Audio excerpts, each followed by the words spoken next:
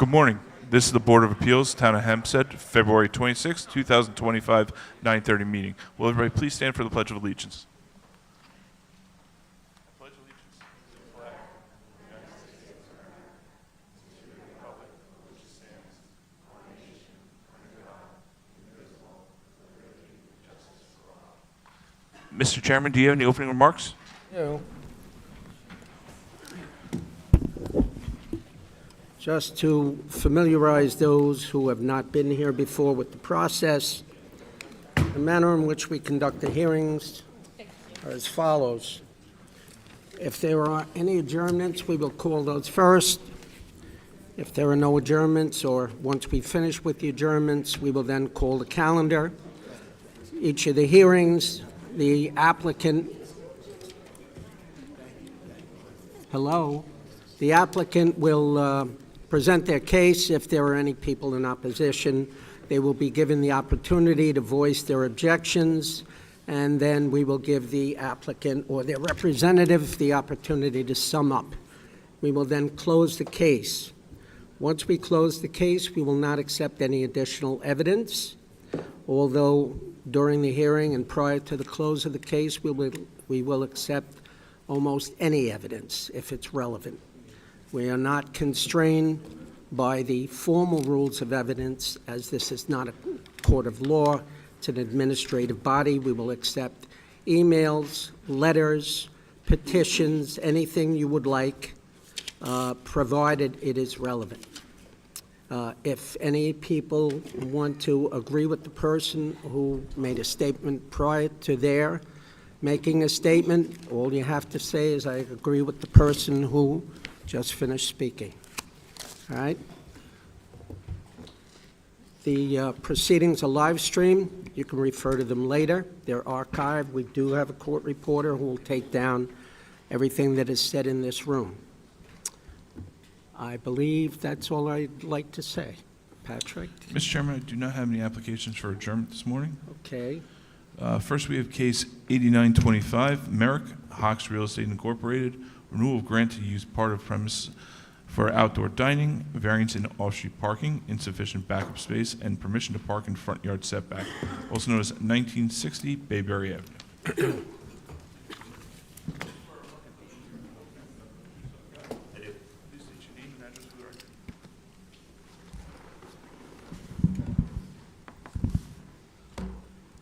Scott Tyrone, 54 Willis Avenue, Mineola, New York, 11501. I'm here today representing the owner, Hawks Realty Inc. I was the owner of 1960 Bayberry Avenue in Merrick, also known as Section 63, Block 158, and lots 114 to 121. And I do have the owner here. Excuse me. Yep. Could you please repeat what you just said, because the court reporter? Pardon? Yeah, that was. All right, so again, I'm Scott Tyrone. Yeah, a little slower, if you don't mind. Yep.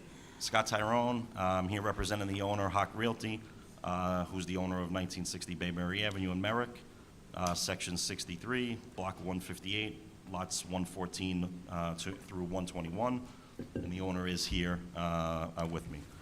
We're seeking a renewal of a previously granted variance for the continued use of part of the premise for outdoor dining, a variance in off-street parking, insufficient backup space, and permission to park in the front yard setback. This variance does date back to 2010, and it has been successfully renewed over the last 15 years. The variance allows for the use of the patio on the west side of the restaurant to be used for the outdoor dining of 36 seats. We recently had an inspection by the building department, which confirmed that we are in compliance with the previously approved conditions of the board. And we're requesting that the variance be renewed with the same conditions that were previously issued. And those conditions are that the parking area and stalls in the front yard setback along Bayberry Avenue shall be blacktopped and paved and maintained in good condition for the use of automobile off-street parking. At least 10 of the stalls in the marina area south of the restaurant, located in line of the parking stalls, that are blocked by the line of parking stalls having access to the drive lane, shall be reserved for parking of employees of the marina and restaurant. Those employees shall be given the electronic card that will permit them To gain access to the marina area and its parking stalls, an employee of the marina shall be assigned to the task of moving cars to permit ingress and egress of those cars parked in stalls numbered 13 through 54 on the approved site plan. The hours of operation of the outdoor dining shall be from 11 a.m. to no later than 2 a.m. The outdoor dining area may operate from April 1 through October 31st of any calendar year, and that there shall be no live music, no disc jockey entertainment, no entertainment of any kind, and no music of any kind that may take place or emanate from the outdoor dining area, nor may any of the foregoing to be heard on the outdoor dining area. And the last condition was all lighting shall be so designed and shielded to shine on the subject parcel only. And again, we are willing to accept all those conditions. What's the name of the restaurant?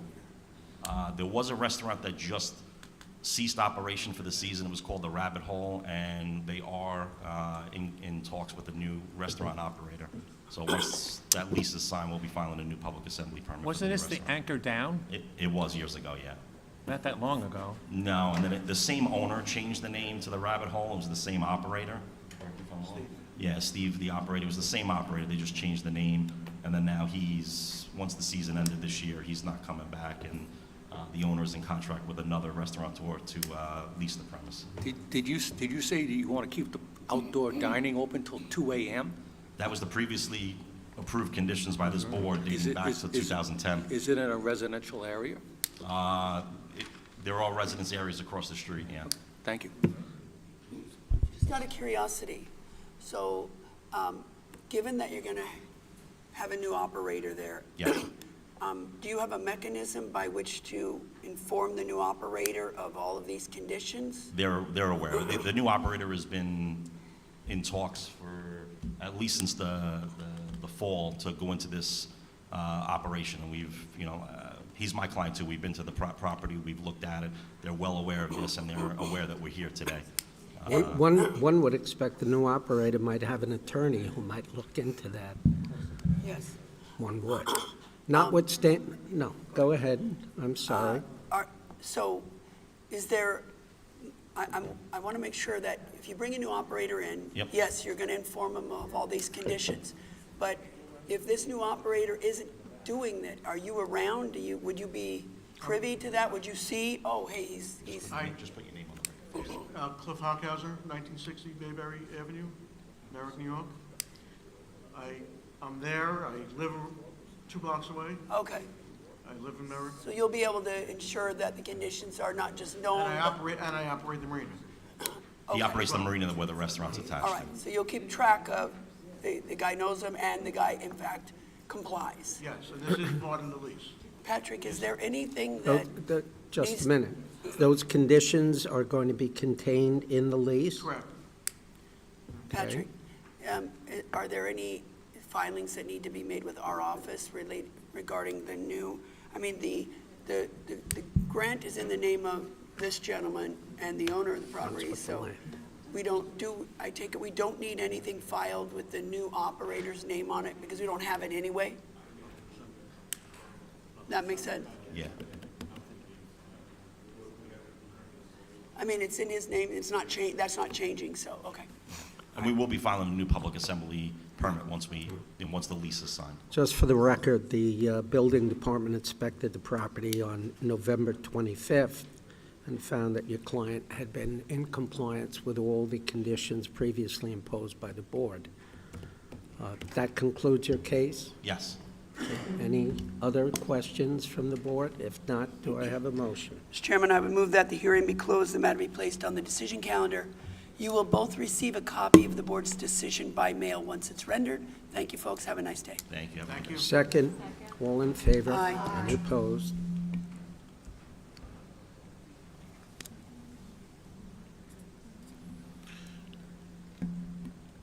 Patrick?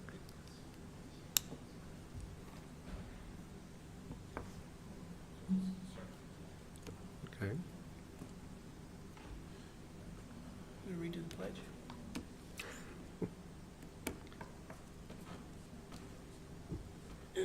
Turn on everyone's mic but your own. How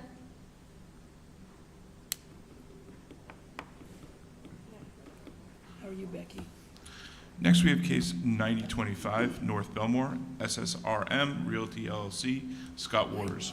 Renewal of grant to maintain detached double-face illuminated ground sign, setback 5 feet from property lines with 2-foot clearance, also known as 2322 Jerusalem Avenue.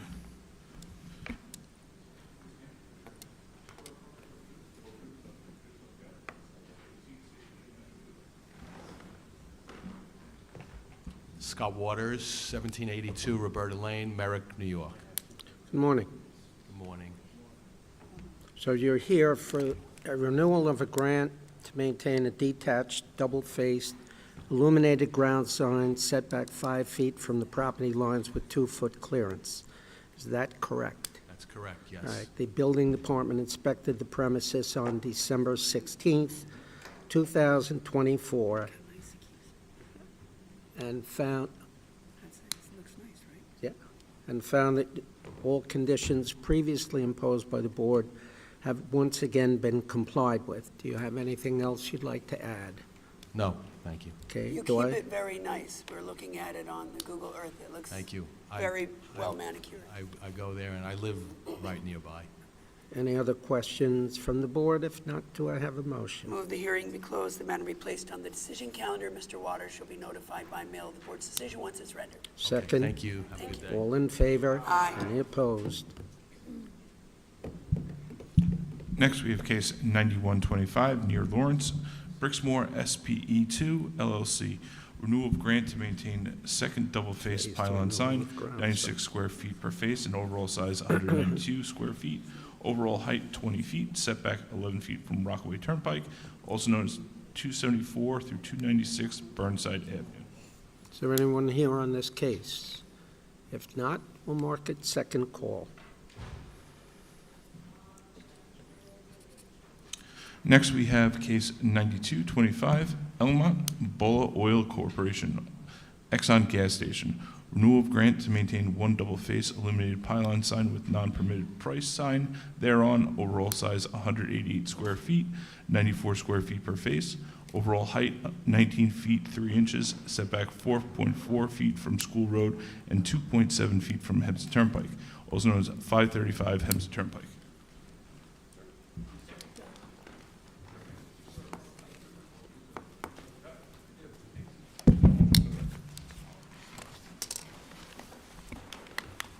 Good morning, Mr. Chairman, members of the board. Morning.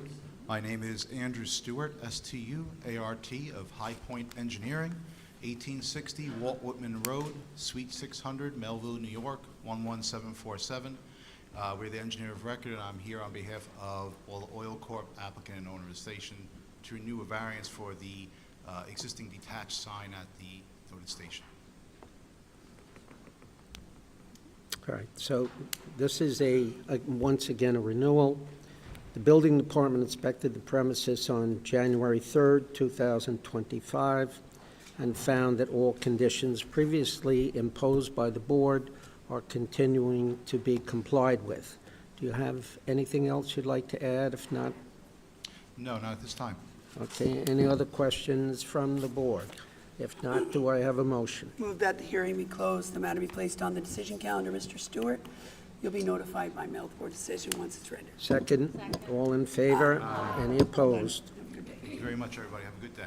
You too. Next, we have case 9325, Merrick North Sunrise Corporation doing business as Advanced Auto Parts. Renewal of grant to maintain one double-face illuminated detached ground sign. Overall size 96 square feet, 48 square feet per face. Overall height 15 feet and setback 0 feet from the corner of Sunrise Highway and Babylon Turnpike, also known as 209 Sunrise Highway. Nice to see you, Mr. Babone. We haven't seen you in a while.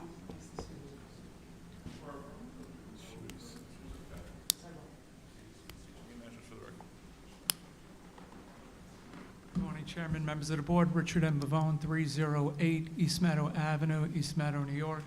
Hearing as the agent for North Sunrise Corp., DBA Advanced Auto Parts, located at 209 Sunrise Highway, which is in Merrick. Morning. Good morning. How are you? So you're here to renew a grant. Once again, the building department inspected the premises on January 14th, 2025, and they found that all conditions previously imposed by the board are being complied with. Do you have anything else you'd like to add, Mr. Pavone? No, and All all right. conditions are the same, and thank you very much. Okay. Do I have any questions from the board? If not, do I have a motion? Move the hearing be closed, the matter be placed on the decision calendar. Mr. Pavone, you'll be notified by mail of the board's decision once it's ready. Second. All in favor? Aye. Any opposed? Thank you very much, and have a Have a wonderful good day. Next, we have case 9425, Woodmere, Jerome Heller. Case. Variances, height, lot area occupied, construct dwelling with garage, demolish existing dwelling, also known as 775 Bryant Street.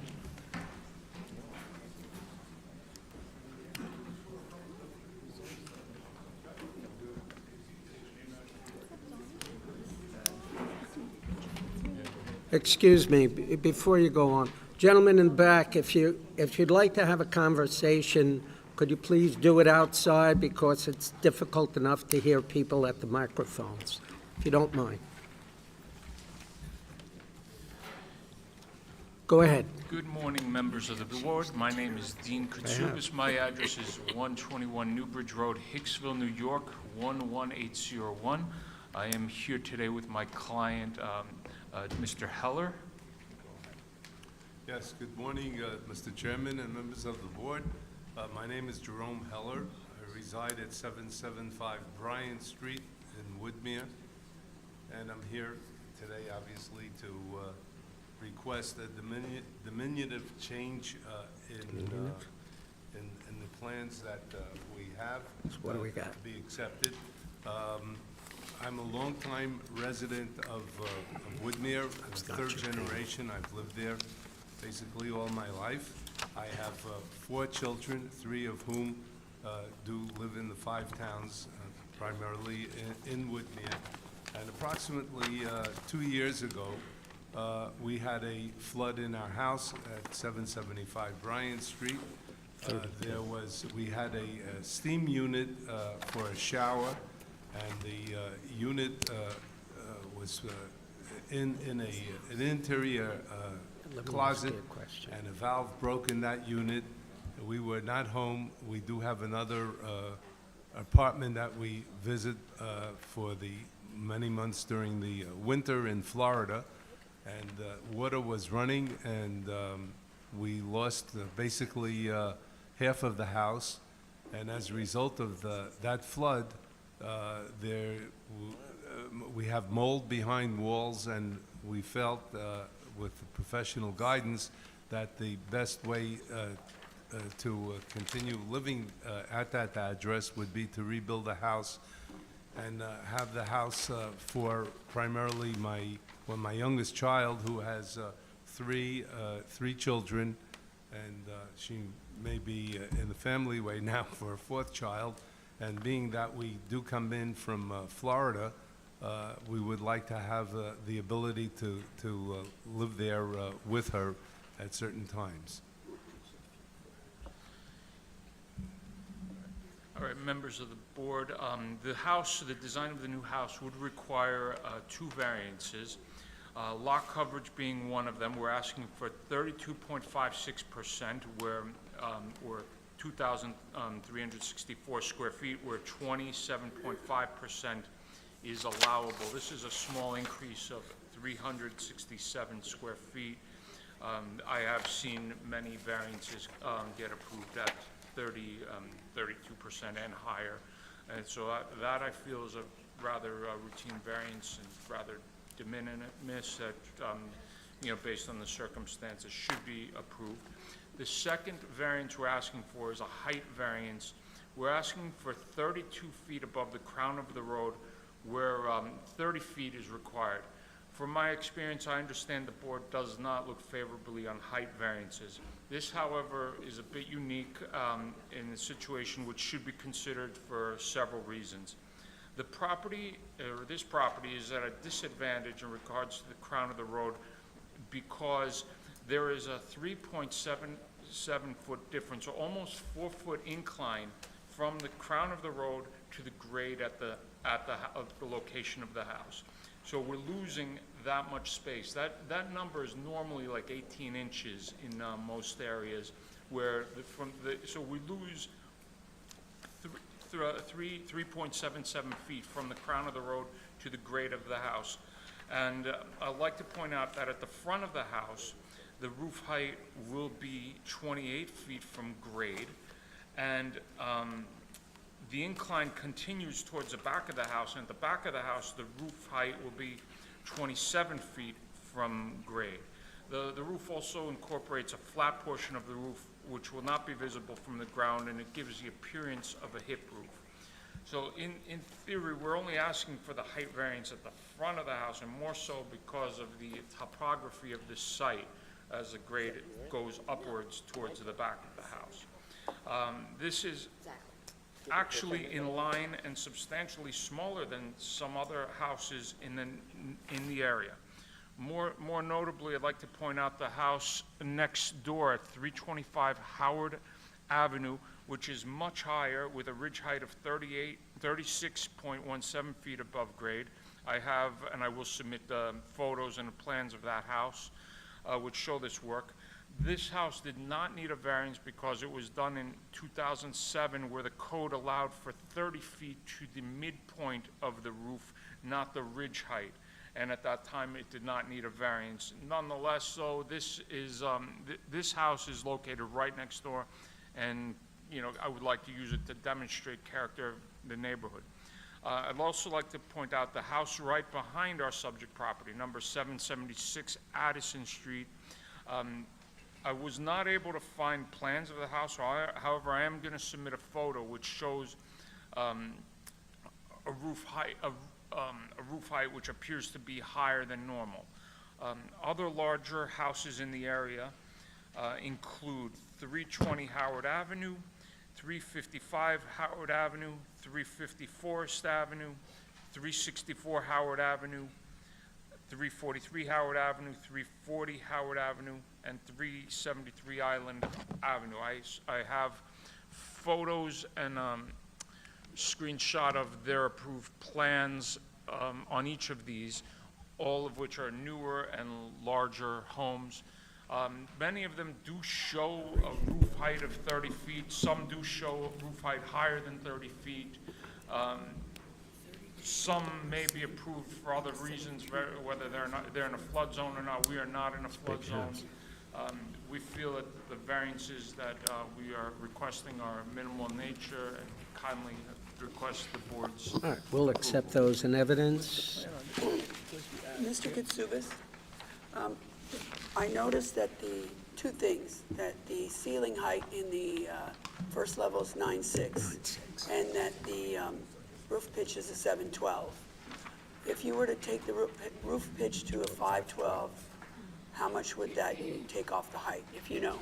Okay, so the purpose of the roof pitch being 7 versus 5 really wouldn't lower the roof height, because the 7 pitch is, if you look at the elevation views, it's really to give the house the appearance of a hip roof. If we lower it to a 5 pitch, you wouldn't see the roof, and it would give the appearance of it being. Mr. Katsougas, in order to reduce the height of my house, we went to a 4.12, and it did in fact reduce the height. Okay. I mean, a 7.12 to a 5.12 reduces the height.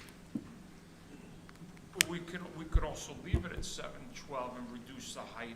It would, if you notice, if you look at the plans of the house, if you look in the roof plan and the section, this is on page A2, there's a flat portion on the top of the roof. So we would, if we were to lower it, we would lower the flat portion of the roof. And that's the portion that's over, that's the portion that's 32 feet from the crown of the road. And as I say, if you look at the pages, page 8.3 on the plans, you could clearly show that there's a great difference between the front of the house and the back of the house. At the back of the house, our roof height is only 27 feet. And at the front of the house, our roof height. 27 from the ground? From the ground, yes. And at the front of the house, our roof height is 28 feet. So really, Wait, does the road, does it pitch back down? no, the grade goes uphill The throughout the grade project. pitches up like that? Yes. But then it doesn't pitch back down? No, it keeps going higher. So the backyard of the property is substantially higher than the front yard of the property. So to give you an idea, the crown of the road is approximately 10 feet. Right. The property, the grade at the house is 13.56 feet. So it's approximately, we're about 4 feet, we're close to 4 feet higher at the building line than we are. I get that, but I'm talking about gains that can be made. What's the height? I can't quite tell from the plans what the height of the ceiling is in the basement. Okay, so the ceiling height, let me see here.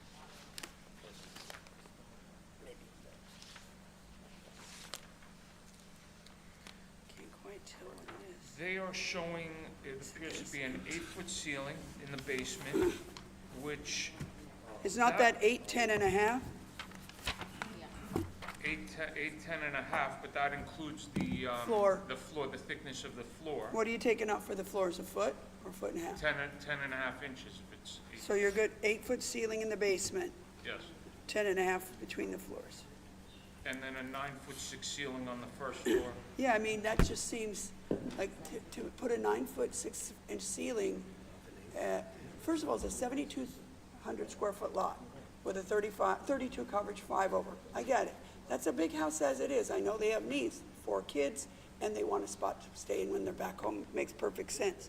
But, like, I just feel like, you know what a heavy lift to height variance is, and I'm looking here at the 712 pitch that I think could be changed to get some gains.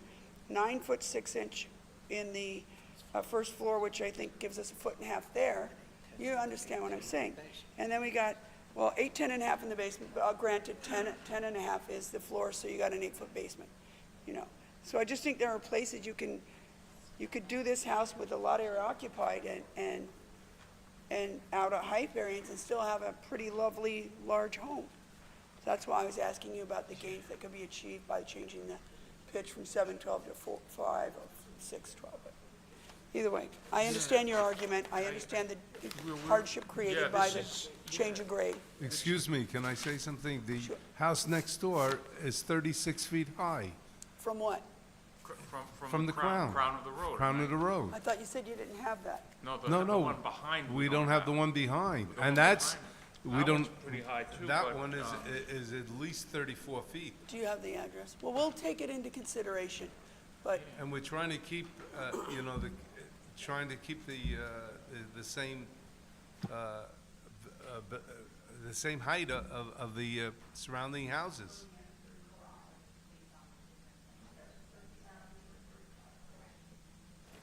So when was that house built?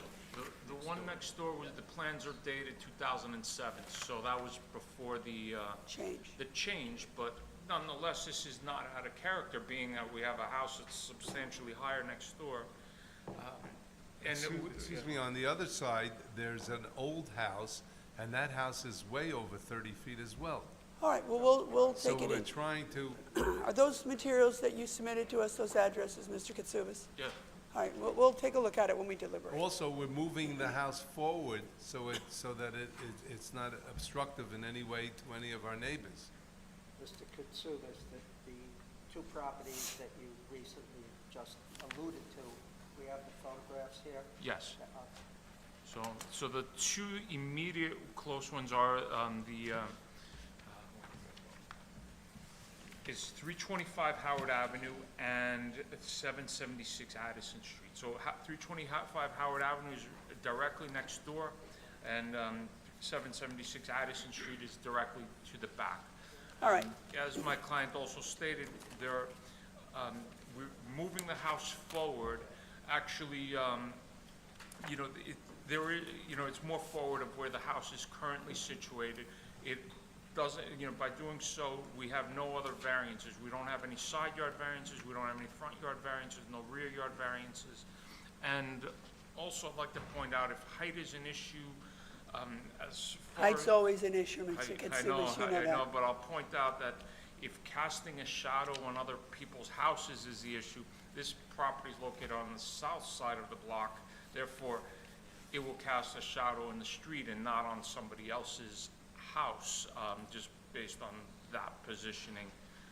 So squashing the roof, I understand could be a solution. Reducing the roof pitch and reducing the roof height could be a solution, but it would make the house look rather small. You know, looking at the house, I mean, if, you know, our criteria is the crown of the road, and the crown of the road in some cases could be to our advantage, some cases could be to our Understood. disadvantage. Mr. Katsubas, if we're going by the crown of the road, I'm still not following how the height of the house is lower in the back if it's all measured from crown, unless the, But because the grade is on an incline. but we're talking about from crown. From crown. So leaving out grade, how is the height difference in the back of the house than the front if we're measuring it from crown? It's approximately a 1 foot difference from front of the house to the back of the house. But at the front of the house, it's about 4 feet higher than the crown. But how, okay, let me do it this way. How high from the crown of the road is the roof in the front of the house? It is 32 feet, How high from the crown of the road is the roof in the back of the house? 32 feet. Okay, that's what I thought, but earlier you said 27, and No, I'm no, still but- not figuring out Yeah. how that could be. No, it's 27 from grade, which is a normal, that's a normal height. And 27 feet and 28 feet are normal ridge heights at grade, not from crown. Right, but You know, if We're the, stuck with crown. you know, if the crown wasn't so, I mean, that's, again, neighborhood by neighborhood. Most flat areas, like if you go to like, you know, Levittown, for example, which is relatively flat and there's no basements in those houses are within, you know, 15 inches of the crown of the road. That way they have more of an advantage to go higher, because the ground is flat, they have no basement, so they walk right in, no steps. Here, I know you mentioned the basement, but the basement height doesn't really affect roof height, because the basement height, the first floor is at a fixed elevation, regardless of the basement height. No, it can't be a foot lower, because you still need to have, it can't be a foot lower because you still need the steps to go up to the first floor. No, I'm sorry. Yeah.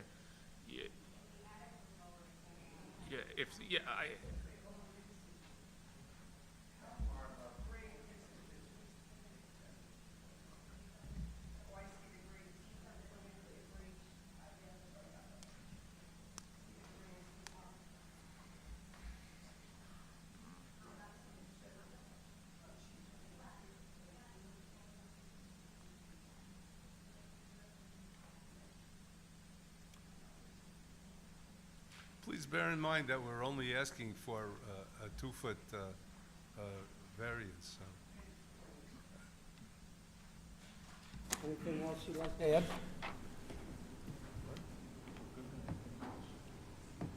I think we've, I see all the homes in the area today that are being built. I understand that some are in the flood zone, but they're huge. And I'm just trying to ask for a diminutive change in the height. Just so you're aware of it, Mr. Heller. Okay. In many of these cases, board members will go out, take a look at the area, Sure. and we'll take all of that into account in our deliberations. Thank you for your time. You're welcome. Can you do anything with the lot area occupied? It's over by 371 square feet. It's an oversized lot. I gotta point out that number does include a roofed over portion in the front of the house, which is approximately, it's about probably like 10 by 6, so figure 60 square feet or so is the covered, is the overhang portion in the front of the house. Other than that, 32% are standard, you know, variances which I've applied for in the past without, without opposition or gotten approved in this board. And as you can see from some of these other houses that I submitted pictures of, they're much larger than. I can't calculate it, and I don't have those numbers in front of me. We'll take it into consideration. Yeah. We'll inspect the area. If what you say is true, it's certainly a factor. I appreciate your time and consideration in this. Thank you, Mr. Katsuba. Thank you. Any other questions from the board? If not, do I have a motion? Hi, Mr. Heller. The house is going to be a nice addition to the community, I'm sure. I mean, our big problem is the height, because we try to keep the 30 feet as a line in the sand. Is there any way you can make a little adjustment to it, you know? I believe we've been back and forth on this with our architect, and he said if it came down to any degree, you would be sacrificing the appearance of the house. It wouldn't conform with the other homes in the area as well, and it's just going to be a nice look the way it is. It falls in with the other homes, especially the new homes that are being built there. They're much higher, but a lot of them, I understand, are in the flood zone. But I mean, I personally have a picture of what a neighbor's home on my phone. I'm gonna go, that's my area, I'm gonna go inspect it and take a look at the houses in the neighborhood. Sure. And see So exactly you'll what you're be talking able to see. Yeah. You'll be I don't able need to see your picture, I'm gonna take a I look see. at it. Oh, okay. Thank you. It's just a small change. So, Yeah, I'd also like to add, please take a look at the photos that I submitted. I labeled them with the addresses, and many of those houses are newer houses, which appear to be rather high-end. I included the plans for most of them. Most of them do show, it depends, because there are some that are over 32 feet, over the 30 feet, more so because they happen to be in a flood zone. Another disadvantage I'll point out to us, I mean, advantage or disadvantage, we're very, very close to the flood zone. We are probably about 200 feet away from the flood zone. So the flood zone is to the north of this house. So other houses in our immediate area are higher because of that flood zone. So this isn't an intentional situation where we just want a higher house because we want a higher house.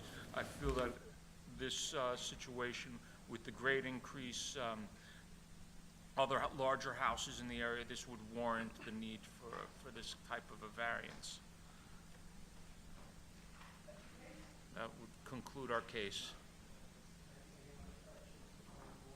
Mr. Chairman, I would move that the hearing be closed, the matter be placed on the decision calendar. Mr. Katsuba, you and your client will both receive a copy of the board's decision by mail once it is rendered. Thank you, folks, and have a nice day. Thank you. Kim? All in favor? Aye. Next, we have case 9525, Point Lookout, Vincent Torti and Alessandria Robertazzi Torti. Variances, lot area occupied, front yard setback on Freeport Avenue, rear yard, construct roof over open porch attached to dwelling. Variances, lot area occupied, front yard setbacks on Freeport Avenue and Bayside Drive, rear yard, maintain two-story additions, both attached to dwelling. Variance, lot area occupied, maintain shed with more than required side yard setback, also known as 1 Freeport Avenue.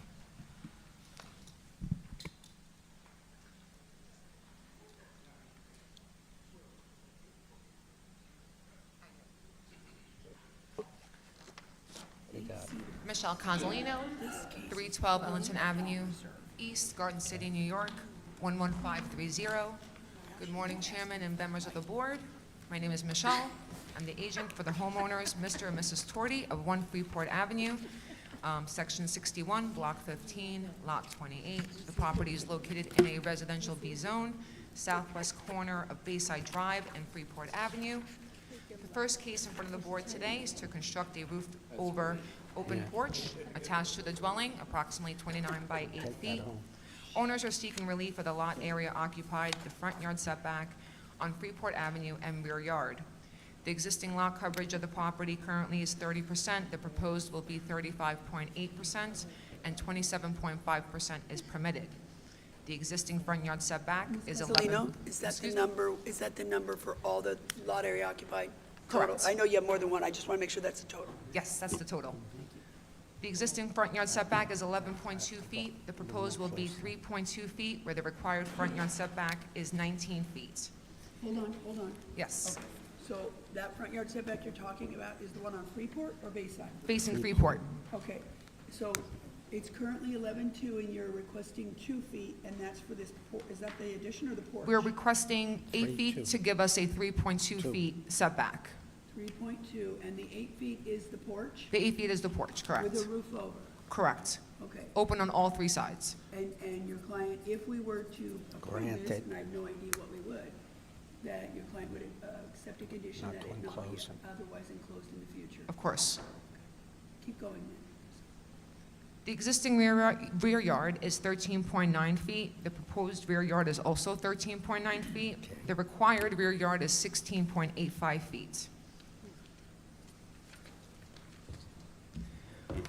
While having submitted the proposed application into the building department on September of 2024, I was notified by the Zoning Board of Appeals office that the previous building permits, 11-3860 for a two-story addition, and a 14-176 for a proposed shed were both issued in error by the building department. These 2 building permit numbers were issued, constructed, inspected, and certificates of completions were issued on the property for both permits.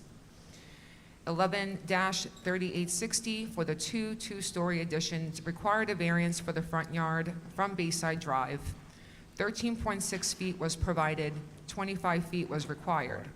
The 2-story addition facing Freeport has a front yard setback of 11.2 feet, where, once again, 25 feet was required. Hold on, I'm not following you. Sure, no problem. So, I see the addition that you want to maintain, Yep. and it says 13.6 as you mentioned, but where's the 11? The 11 is facing the Freeport Avenue. There was 2 two-story additions placed onto the house, one facing Freeport and one facing Bayside Drive. Understood, so this is, okay, I found the 11 That's too. 11. Yes. Did you have front yard on both? We required, Front yard on Freeport, And front yard on Front yard Bayside. and- yes. Yep.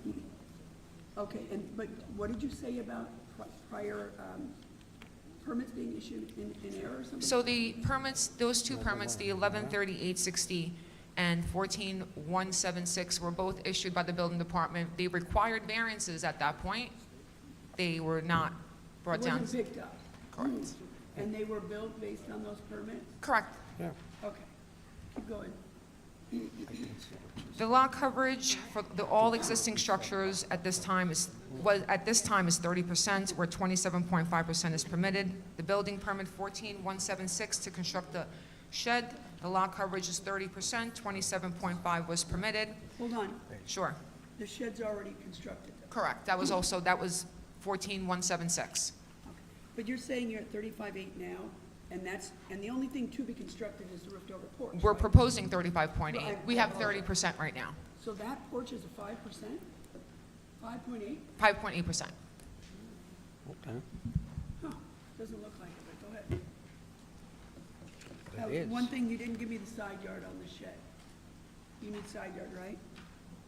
You have more than the required More than side yard. required. We have the required side yard. We have 2.1 at the rear and 2.1 on the side.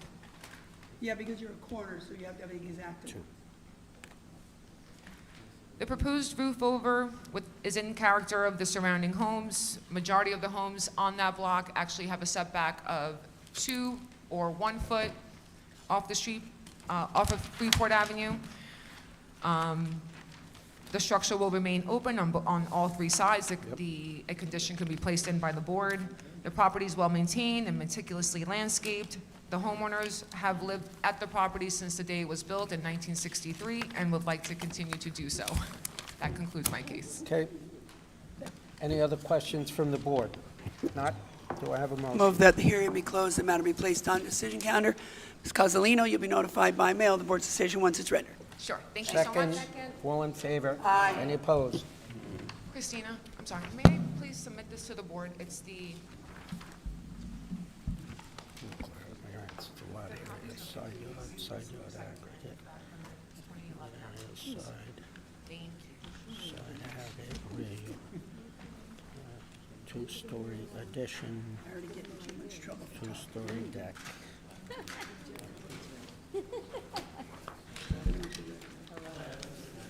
Next, we have case 9625, near Valley Stream, Gabrielle and Daniel Winkler.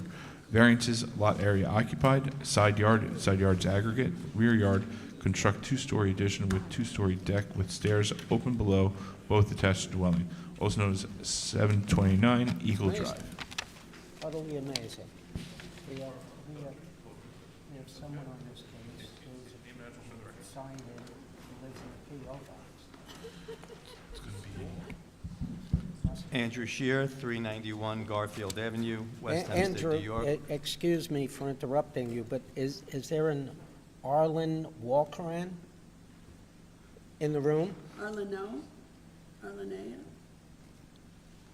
Must be a very small lady. She lives in a P.O. box. So I actually spoke to her because I saw that she signed in before me. She was... Can we get a real address instead of the P.O. box? Oh, if you will? She's in favor, you know. I never saw an address. in the She's P.O. gonna box. come out and let you write your She'll let you address. write your address. We're just teasing you.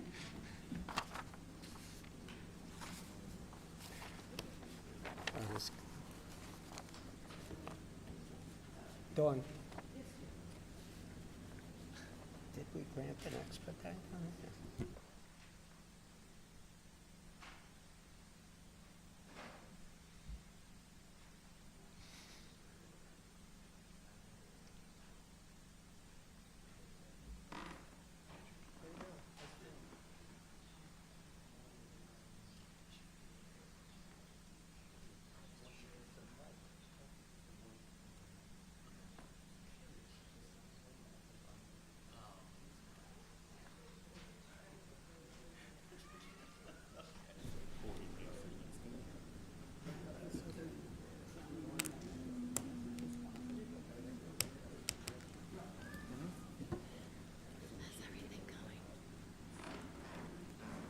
It's a work in progress.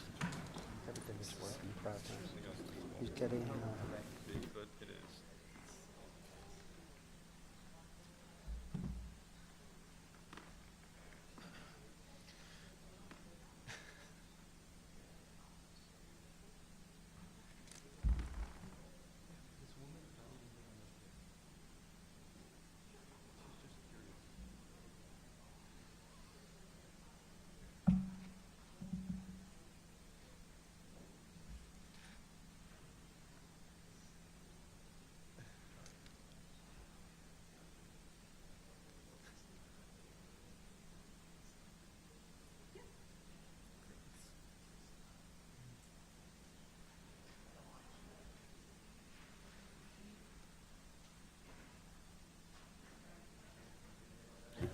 Okay, Mr. Chair. You can proceed. Good morning. Morning. Once again. Andrew Shear, 391 Garfield Avenue, West Hempstead, New York, 11552. Good morning, Mr. Chairman, members of the board. Morning.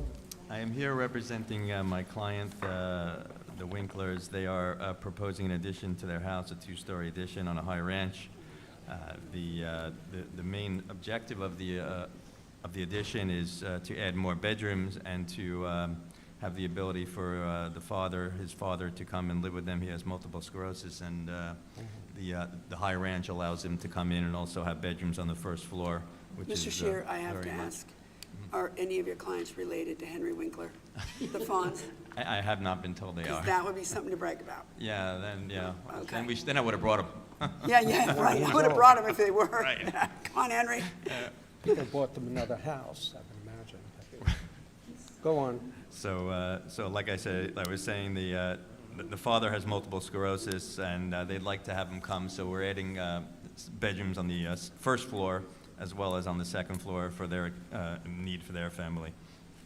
The variances that we are requesting are side yard variance aggregate, where we have a required side yard aggregate of 16 foot 3, and we are requesting 13 foot 2.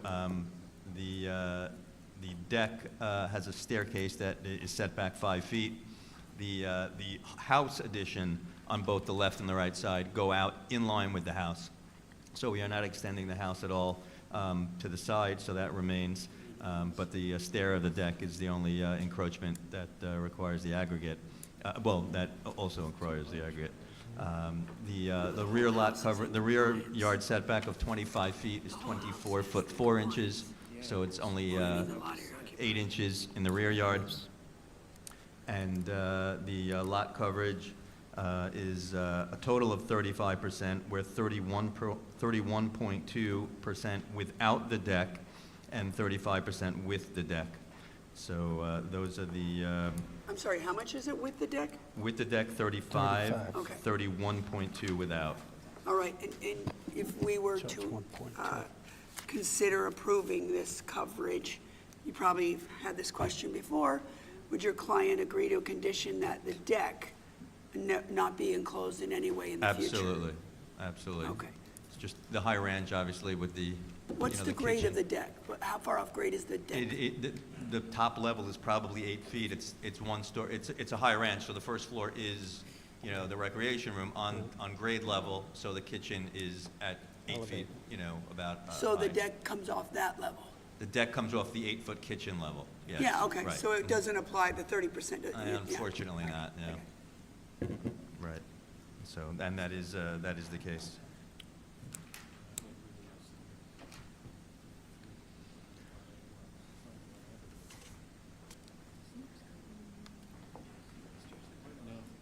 Any other? Mr. Shear, those stairs on the side, I didn't dig out the actual plans, the stairs on the side that create the lot area, or the side yard aggregate, requests, what do they go to? They just go to grade. Deck. That's the stair on the deck. Oh, the deck's not colored in. Sorry, I see now. The deck is Can't see it. the deck is just the stair going down to the first floor, the grade yard. The deck is not hashed, was that? Yeah, that's why we Yeah. didn't see it at first. Yeah, because it was existing, I'm sorry. There is a permit for the original Yeah, deck. it's okay, we just missed it. Yep, no problem. That's why I'm here. Okay. Any other questions from the board? Not? Do I have a motion? Mr. Chairman, I would just move that the hearing be closed, the matter be placed on the decision calendar. One moment. Did you wish to be heard on this? Okay. Everyone who signed in on the case will receive a copy of the board's decision by mail once it's rendered. You'll get a copy of the decision too, okay? Second? Second. All in favor? Aye. All right, folks, have a nice day. Thank you. Next, we have case 9725, Garden City South, Scott Douglas and Carolyn Hardman. Variances, lot area occupied, side yard, maintained deck, and AC unit attached dwelling, also known as 307 Brompton Road. Okay, my cousin lives on that block. What? My cousin lives on that block. Oh, yeah, Brompton Road South. 307 Brompton Road South. Morning. Morning. Morning. Good morning. Have you been sworn in? Yes. Okay. You've given your name and address for the record? Leo Pazinski, P-Y-Z-Y-N-S-K-I, architect, 100 Clinton Avenue, Mineola, New York, 11501. Is your client going to speak? You want to give your name and address, sir? Sure. Scott Hardman, 307 Brompton Road South, Garden City South, New York, 11530. Morning. So we're here today to maintain and legalize an existing rear yard wood deck, which is 4 foot 5 inches above grade, as well as a side yard air conditioning unit. Both have been at the house for 24 years without a complaint from any of the neighbors. The deck is a little close to the side yard by less than 6 inches. The lot coverage is also over by 37 square feet because the deck is 4 foot 5 off grade, so we don't get considered under that 27.5, 30 set. Say that again, so the lot coverage, which is allowable at 27 and a half. But it sounds like it's very de minimis, but what did you propose for the new? The deck is 4 foot 5 inches above grade, so we can't split it up into 27.5 or 30% lot coverage because of the height above grade. I just want to know what the percentage is that you propose. Percentage that Total percentage. is less than 31%. I thought you said it was 37 square feet. The deck is 37 square feet over. We're permitted to have 1650, and we're at 1687.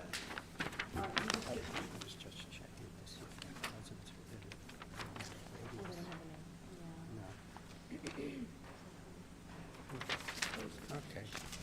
Well, he's not here in opposition. That's good. I Hold haven't on. heard from him. So on the plot plan, it's just important we have the right numbers, because Agreed. if we approve it, you know, you want the paperwork in order so you don't get those headaches. So this says proposed coverage, square feet, 1687, all structures, proposed coverage percentage, 28.1%. That's a typo, I apologize. So what is the actual coverage? 31%.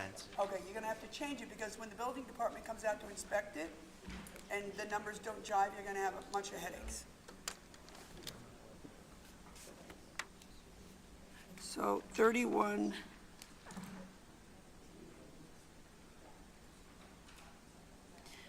And then the side yard you're proposing.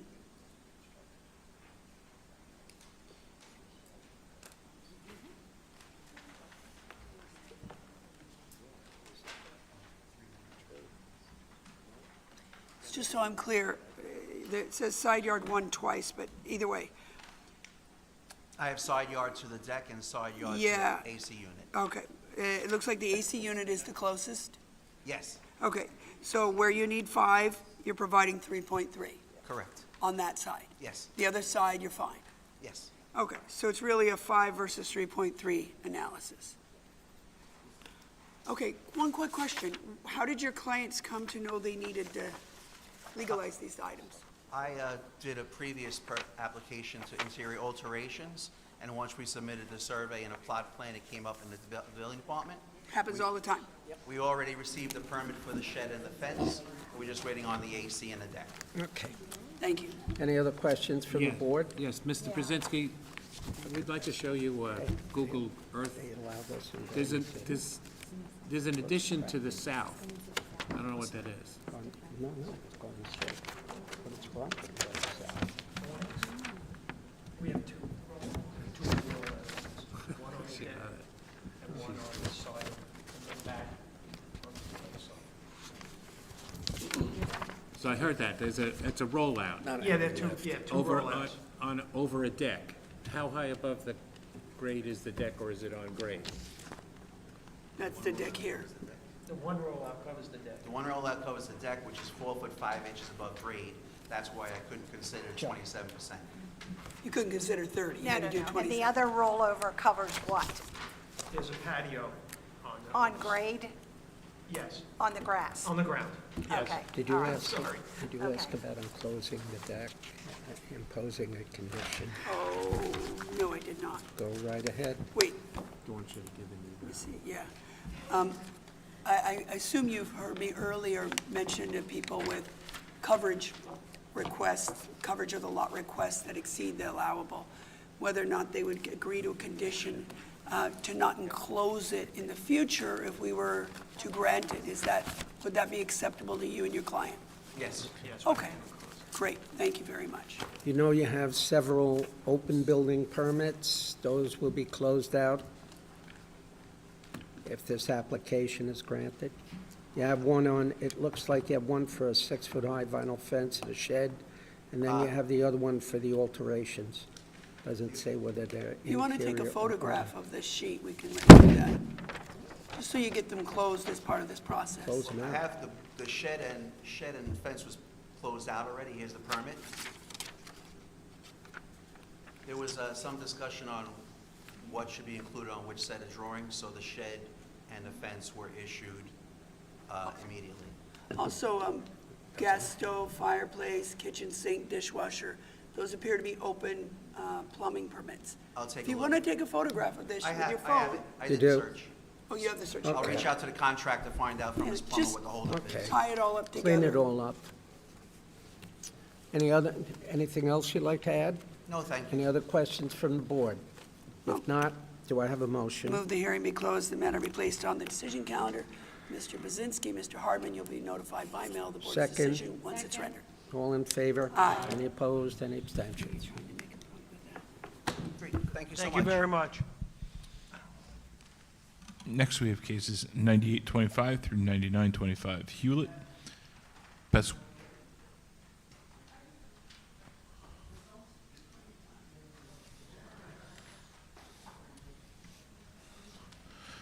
Pasquale and Shana Milillo.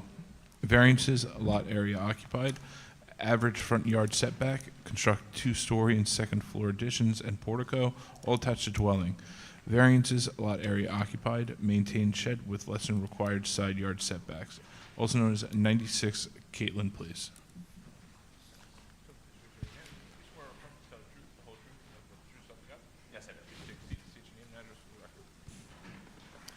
Good morning, Chairman and members of the board. My name is Todd O'Connell, doing business at 1200 Veterans Highway, Hauppauge, New York. Architect Pasquale, who's here beside me. Pasquale Malillo, 96 Catlin Place, Hewlett, New York, 11557. Good morning. All righty, so to tell you a little bit about what we're here for, this is an existing home. The property currently is over on lot coverage. If you've seen the house, the right side of the house has a very small skewed angled wall that he's really just trying to straighten. It's only 17 square feet, but that angled wall just kind of messes up his furnishing, and it's just an odd, very odd setup. Yeah, it's very strange. So we're trying to just straighten the wall, which does bring us a foot closer to the road, and we're moving the entry from the middle of the house to the right side of the house, where I'm straightening out that portion of the wall. So what's the overall lot area occupied you propose in the front The yard? overall lot area occupied is going to be 33.08. That breaks down to the house itself is 25.5%, the portico is 1%, and the detached garage and shed occupies 6.5%.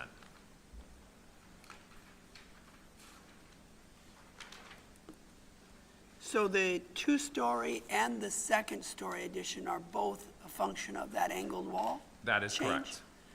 correct. That is correct. So we feel it's we understand that it's already over, but it's a de minimis request. We're just trying to make Pasquale's house a little more efficient for him and his family. We haven't heard from any neighbors having any issues with it.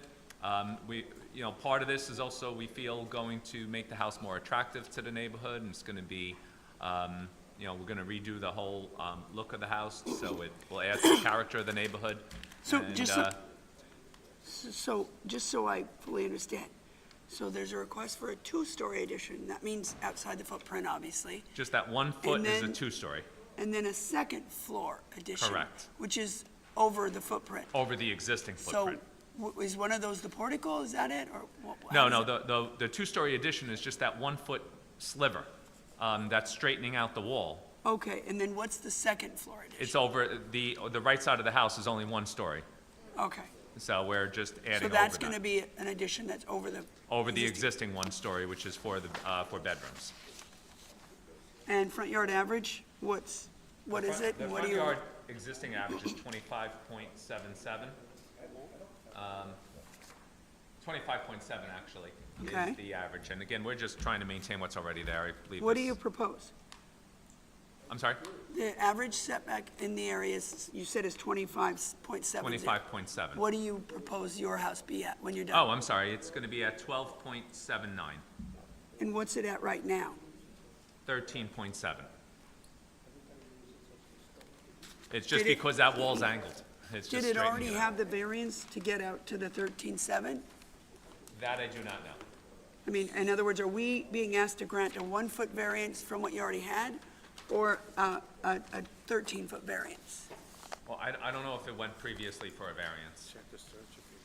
I do have the plan here from when the house was built, so with the What angled year wall. was that? 1890, the original. 1890? 1890? The front portion of the house. Oh, the original house was 1890. This addition does not have a date on it.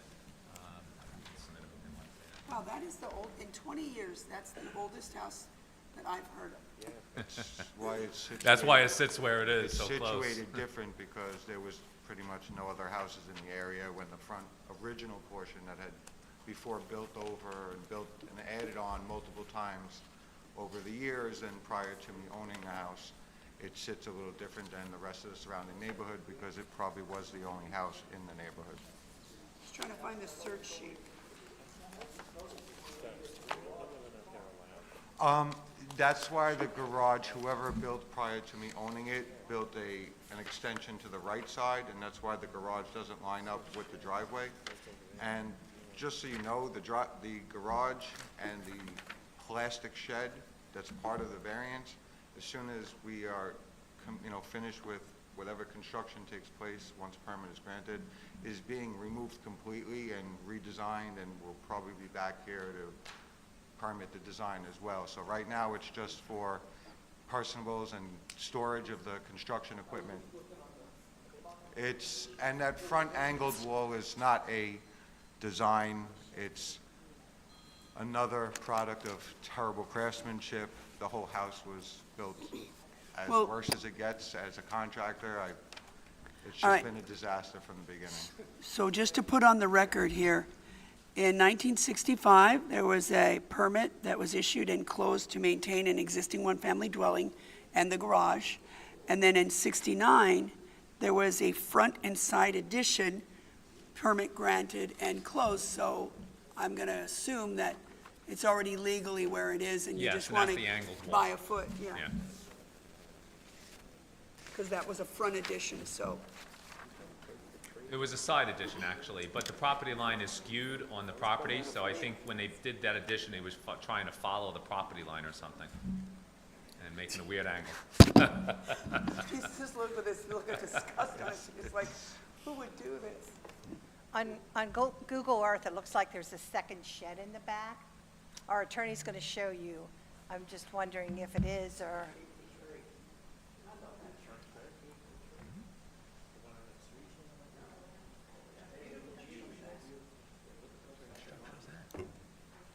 It's a playhouse. It's a, what do you call them? Just a play set. It's a play set. It's a, yeah, it's a play. It's a children's plastic It's a children's playhouse. playhouse, yeah. Okay, got it. Thank you. It's gone. Unfortunately, it was nothing we wanted to do, but because it's split down the middle, it rotted through the middle. It's probably 100 years old. And a 40-foot branch already broke horizontally, crushed the fence, the garage, and the neighbors. And because of, it crushed the part of the garage, the fence and the neighbors went into the neighbor's yard. And it would interfere with the construction. It was inspected 3 times and showing how it was rotting where it joined coming out of the ground. On top of that, the insurance company made it very clear that if there will be no payments out or we would be canceled if there was ever another claim again. So unfortunately, we did have to get rid of the, probably. I was going to build a bench out of it, but I don't have the time to do any of that right now. What kind of tree is in the front yard and by It's the a curb? magnolia. It is. Ooh, those are beautiful. Yeah. They're very dirty trees, though. They are. I sweep the street with the broom leg, so My neighbor has one there. you have to shake the snow off of it for the first 10 years or it won't survive. The leaves are like leather. It's tropical, Yeah. so, but if you don't shake the snow off I for the didn't know first that. I 10 have years, one. it'll just die. That's the only reason it made it. I didn't know you had any. I have, I thought we yes, I have a decimated crepe everything on the myrtle, I lot. have a magnolia Good luck. tree. I have a palm tree. I'm done. Does that conclude your presentation? Yes, it does. Or we could talk about trees for the rest of the... I don't know who brought up trees. I don't think we want to do that. All right, any other questions from the board? No, sir. If not, do I have a motion? Move that the hearing be closed, the matter be placed on the decision counter. Mr. Scheer, you and your client will both receive a copy of the board's decision by mail once it's rendered. Second. All right, thank you very much. Have a good day, everyone. Thank you. I love that name. It's kind of cute.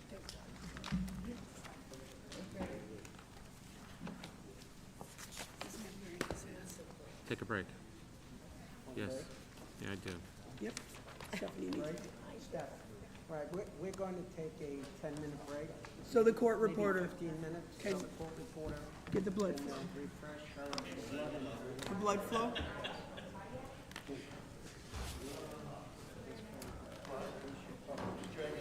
$100 is... looking at your phone, which is what you normally do. Instead of paying attention. brother called me, but you know, I'd erase that. I don't know, I got sick.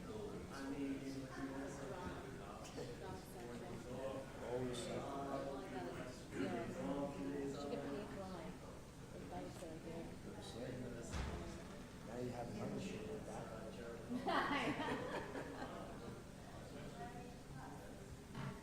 How you feeling, John? Okay, I'm gonna miss the next meeting because I gotta go in for another procedure. Oh, really? Yeah, because the scar tissue is just not breaking down. So I gotta have this procedure take it out. And it's breaking. So, Where did you have it done? I had it done at this, I asked him, hospital card in Norfolk. Yeah. And then I had it here. treated there. How was that? Where did you go to the hospital? Just the heat.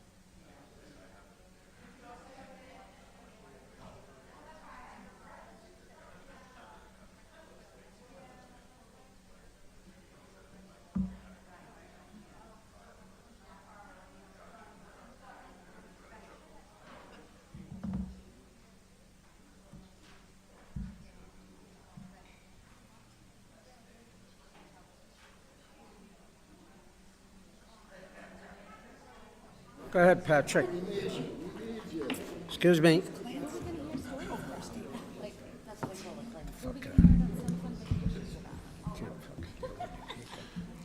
Next, we're calling case 125 through 125 Seaford, Wise, IOB. They made it. Variance front yard setback on Kevin Road, maintain two-story addition Yeah, attached you didn't dwelling, make the point. maintain 6-foot-high fence forward dwelling on Kevin Road, also She known got a as little 2550 Kevin Road.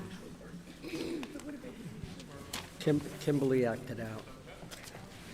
Right? Front yard Andrew setback. Manzo, 32 Court Drive, Huntington Station, New York, 117. Can you speak closer or louder or both? Andrew Manzo, 32 Court Drive, Huntington Station, New York, 11746. Good morning, Chairman and members of the board. I am here in representation of Danny Burko, architect, and the current owner, YSIU, located at 2550 Kevin Road in Seaford, New York. The property is in a residential B zone as well as a E7 flood zone. Vinnie Albert was the plan examiner of record who denied both applications. Mr. Ayu bought the property with the fence and the front foyer already constructed, and there is money in escrow pending on the outcome of this board decision. We are in front of the board to legalize a two-story front foyer that is open to above, but due to the corner lot zoning requirements, we need a 25-foot front yard setback, and we have 22.2 foot to the face of it, which is a difference of 2.8 feet. The average front yard setback on the block is 27.1 feet. This foyer was built 3 owners ago, approximately in 2012, based on GIS data. The fence, which is on the north side of the property, has been there since 2014, and to the best of my knowledge, there has been no complaints in regards to it. The neighbor's driveway is to the east, on the other side of the property. So is this. And the fence on Bryant Drive is 30 feet from the clear side triangle. Okay, hold Go ahead, on. Nick. Can you wait one sec? I want to Yes. see where this. First of all, Bryant, it looks like Bryant Drive, dead ends there. Is that correct? Yes. Okay, so the fence runs along Bryant Drive, almost to the front of the house, right? And then cuts back to the house? Yes. Okay, then it runs along the park, right? Is that a Town of Hempstead Park right there? Land owned by Allen and Ross. Not unsure. Look at the radius map.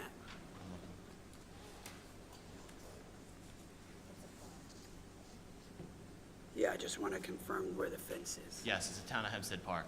Okay, so then it runs along the park, and then it cuts back toward Kevin Road, Yes. running on the shared property line with the neighbor. Yes, at And then- 2560, right? Pardon me? Just 2560, the neighbor you're saying, on Kevin?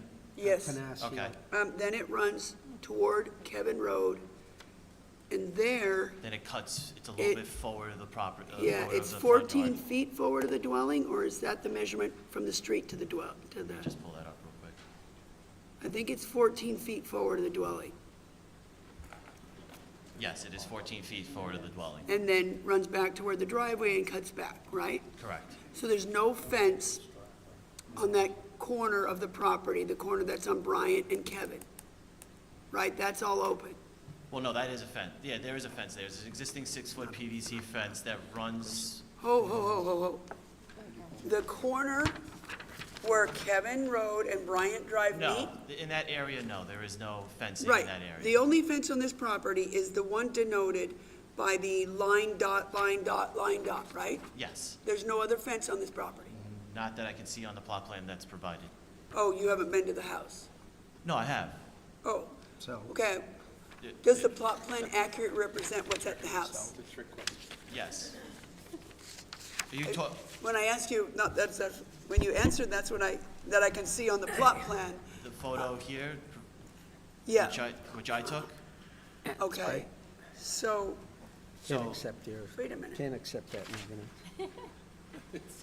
is there another photo that's No, That's different from what, no. I'm just asking you. oh, okay. So, just, that's the only fence, where it's, Yes. sometimes it's PVC and sometimes it's chain link, right? Yes. Okay, Are you indicating what's on the back of the bottom picture? no, I'm reading existing 6-foot tall chain link fence, and over here, existing 6-foot tall PVC fence. Okay, yes. All right, so the chain link fence is the town property chain link fence, and then our fence is the PVC fence. Okay, so the only fence you're here to legalize, Is the PVC foot fencing that encloses about 30 feet on Bryant to the 25 cutting across into the house, then the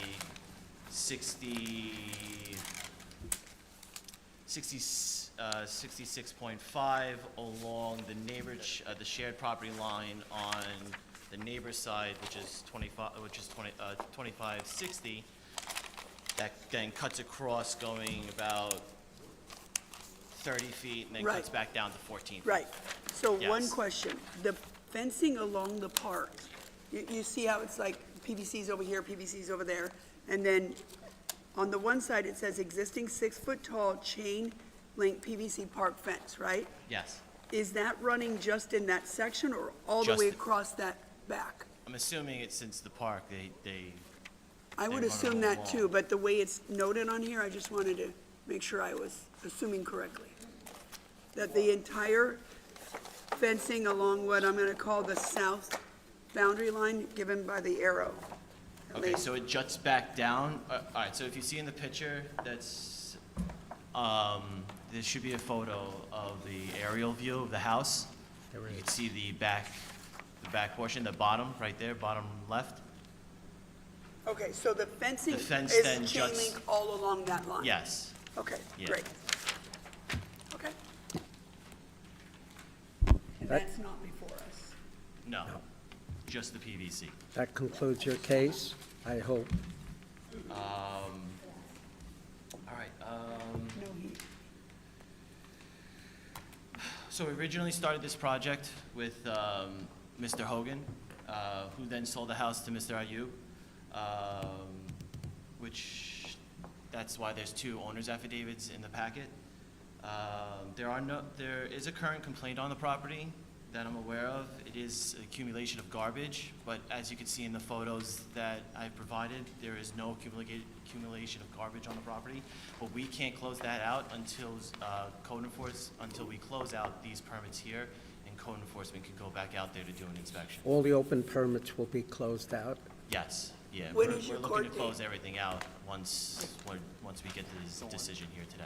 When's your court date? Do you have a court date? No court date. It's just an Oh. open complaint. There's no court date. There's nothing Okay. like No that. notice, There's just no basically a violation. complaint that's open on the property that is going Right. to be addressed once we close this out. Was the garbage accumulation under the current owner or the prior owner? Probably the prior owner. I'm not, I'm All aware right, of so that make sure your information. client knows not to let it accumulate again. Yeah, no, I definitely will.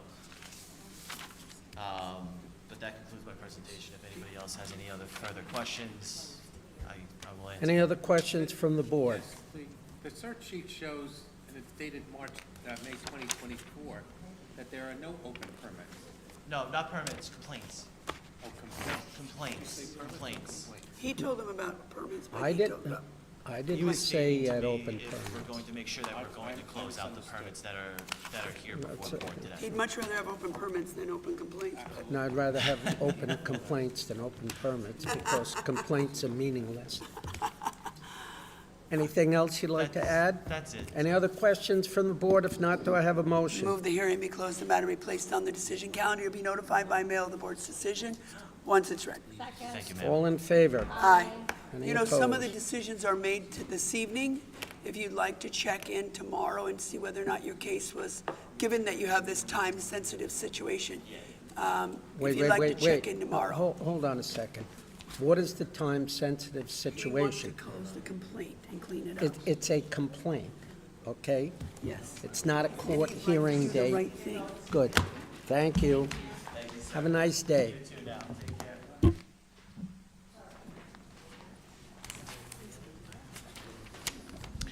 Next, we have, I'm sorry. That scarf a lot. Buy it, sell it to her, sell it. Yes, it's beautiful. That's not a scarf. That's a blanket. It's a blanket. All right. What are we doing? What does he need? Yeah, they like it. They like you coming down in the day to fill that stuff out. Tell them we sent you. Yeah. Speak to the kid. Old case. Okay. Next, we have cases 10225 through 10325, Wanda, Lewis Pappan. Special exception to maintain accessory structure, shed not permitted in front yard, maintain a 6-foot-high pool enclosure forward of the dwelling with less than 10-foot setback on Valentine Place, also known as 3106 Valentine Place.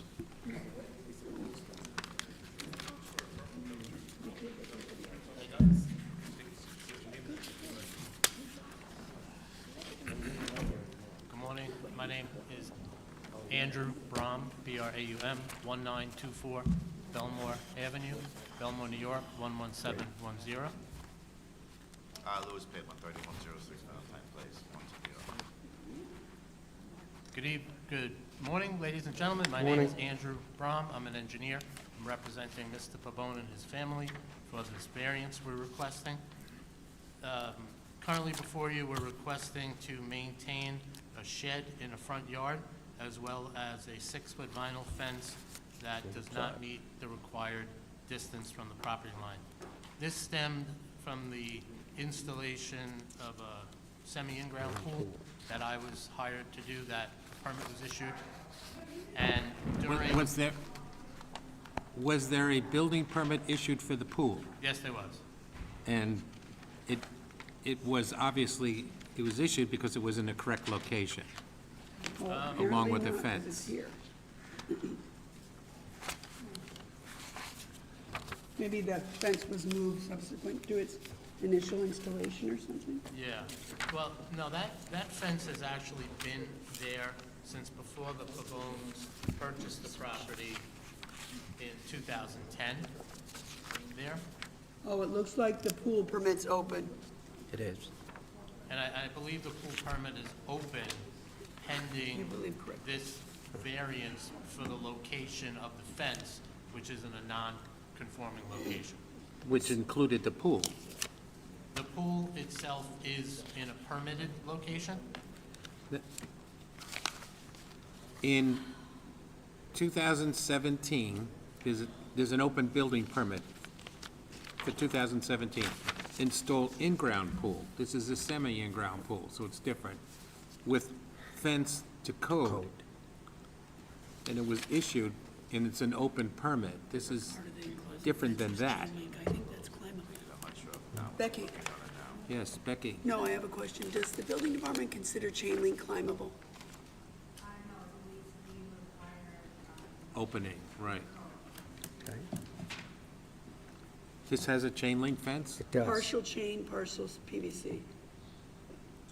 I don't have a chain, only on my backside. Yeah, but the chain link's in the back. So Do you have a picture of the chain link fence? Maybe we could determine the openings. the chain link fence is in the rear of the property, and that's not what's before the board today. Does that enclose, does the chain link fence in the rear And close the pool. enclose the Yes. pool? Yes, it does. So That's the only reason we brought it up. that has to be before the board. I had I believe that fence is in a conforming location. It could be, Right, but, Go ahead. if it- Follow his- through. his issue- he only was checking because once the fence, even if it's in the right location, once it encloses a pool, it has to meet certain other requirements. Right, And that would be Gate. between, unless I'm incorrect, between the building department and the inspectors to make sure that fence meets the requirement. It would be if you weren't here for it. So once it comes Okay. before us, we have to do a good job. Right, so we would stipulate that that fence would meet the requirements for a pool code. And you're stipulating to that because it's a fact, correct? Well, It will be and if it's not now, it will be. To meet the requirements of what Becky just said. You know, certain chain link fences, they have a foothold that you could, depending on the size. How is the pool there with the fence not being acceptable since 2017? Yes, Becky. Becky, just out of curiosity, because whenever we have pools, we're always concerned about the safety of the enclosure for the obvious reasons. How is the fence, he said the fence has always been in the same location. The fence is an open permit with the pool since 2017. How has it been there that long? The fence and the pool, how have they been there that long? The pool's been there since 2017, and we're in 2025. I'm just curious, it's 8 years. I'm sure it's probably fine the way it is, I'm just curious. I believe the homeowners recently completed a renovation, and under a different permit number, that's possibly what brought this up. Yeah, Right, no, I'm only asking, if the pool was installed in 2017 with the fence where it is, I'm not clear on how it hadn't already gotten to us by now. Since you said the fence hasn't moved. Correct, the fence was always in that location. Yeah. I'm not suggesting it's anything you necessarily did wrong, I was just curious. Right. There's no mechanism to make sure that stuff. Right, okay. Okay. Let's see. All right, so, you want to go over the shed stuff? Correct, so the shed is not permitted in the front yard, and just due to the location of the property and the pool and the pavers and everything, the homeowners were requesting permission to keep that shed. It's in that location. And it doesn't need any other relief. How long has the shed been there? Since we had the pool, when we had the pool installed, the shed was where the pool was, so we just moved it to the front, the corner. When did you have the pool installed? 2017. Yeah, it was 2017, and then 2018, we opened it. You had any complaints from your neighbors about the shed? No. And it's otherwise not a large shed, I see.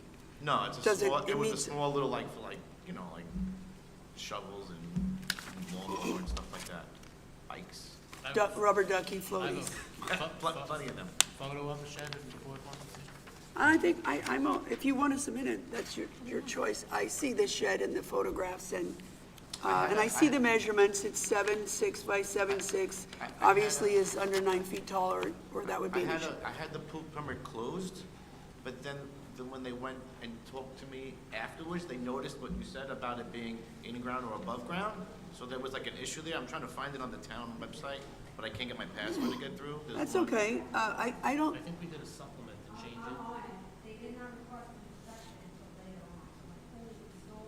it. all right. Okay. Yeah. All right. Either way, okay. Did- So, I don't. How would you know whether or not it will pass inspection with that fence? The chain They'll have link? to change it out if it doesn't.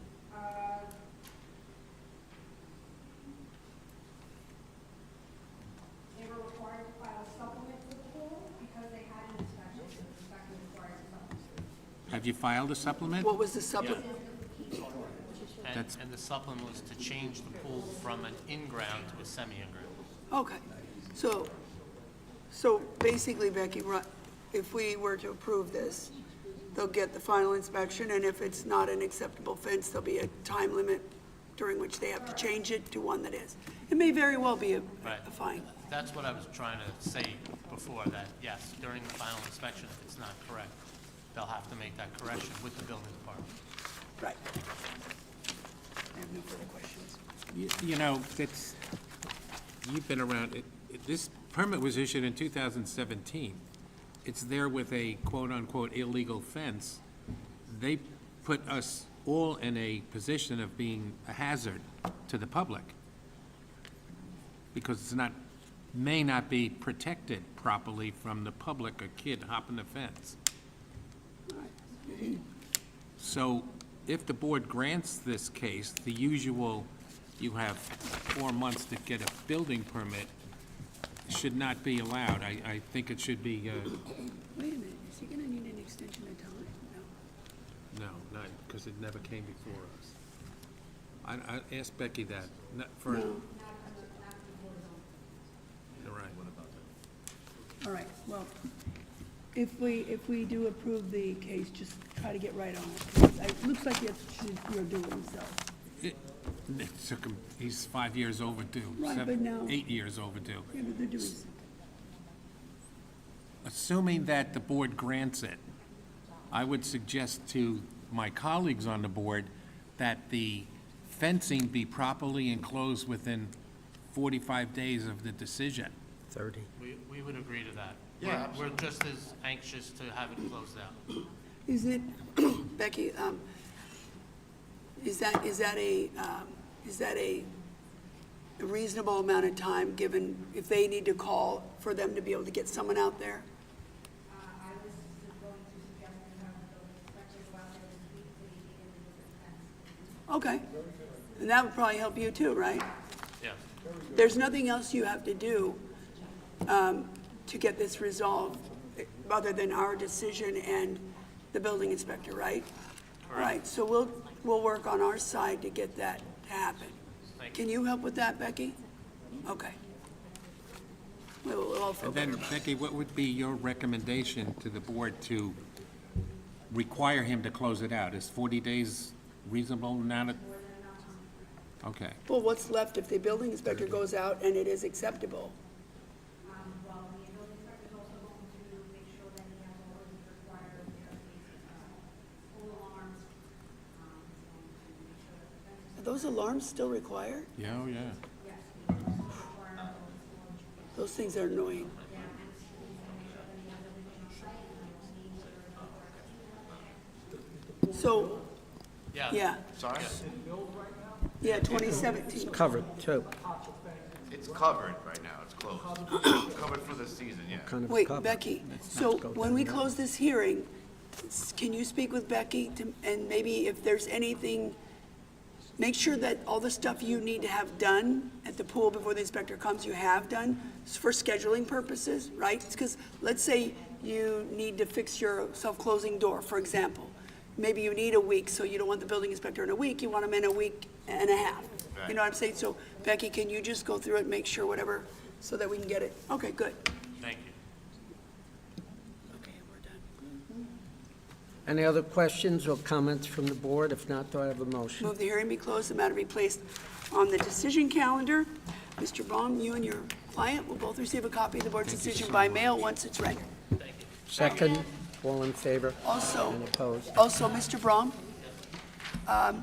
since we do decide a big portion of the cases this evening, and that is an issue, it's a factor in this scheduling stuff, you can call tomorrow, give them a little time in the morning to get going, and confirm that your case was decided, and that combined with the help that our esteemed examiner boss is giving us, should hopefully get this all done up for you. Thank you, I appreciate it. Second? All in favor? Aye. Next, we have case 10425, Hewlett, Noel Maisel, 101 LLC. Variances, lot area occupied, average front yard, average setback, maintain a two-story addition and cantilever, both attached dwelling, alteration and construction in excess of 50%, new CO required, also known as 1354 Noel Avenue.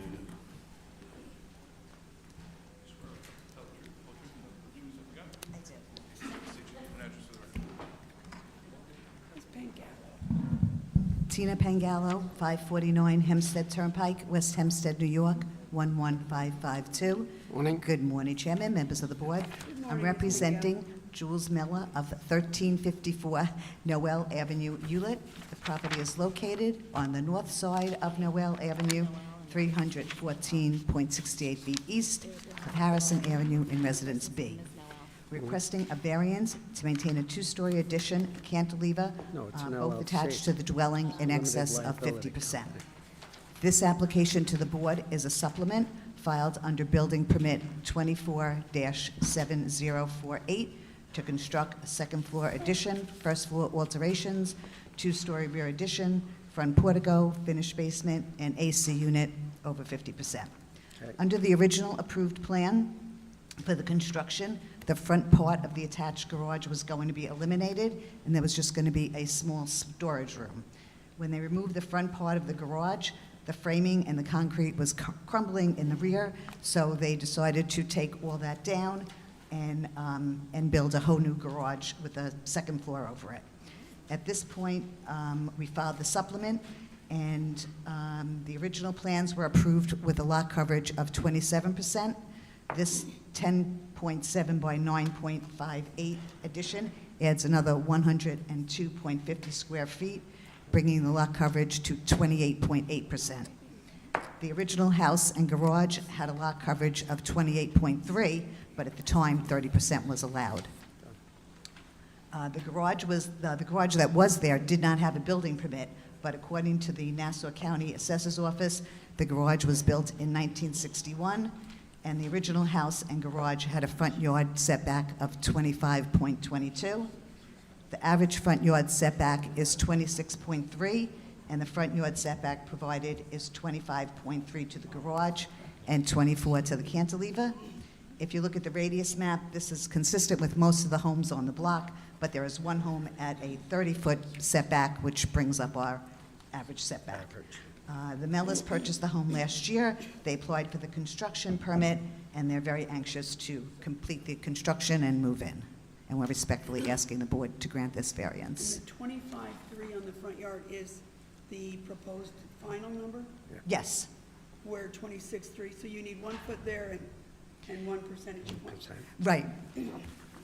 And the original house and garage was all at that, but met it at the time. Any other questions from the board? If not, do I have a motion? Move the hearing be closed, the matter be placed on the decision calendar. Ms. Pangallo, you'll be notified by mail the board's decision once it's rendered. Second. Thank you very All in nicely favor? kept. Any opposed?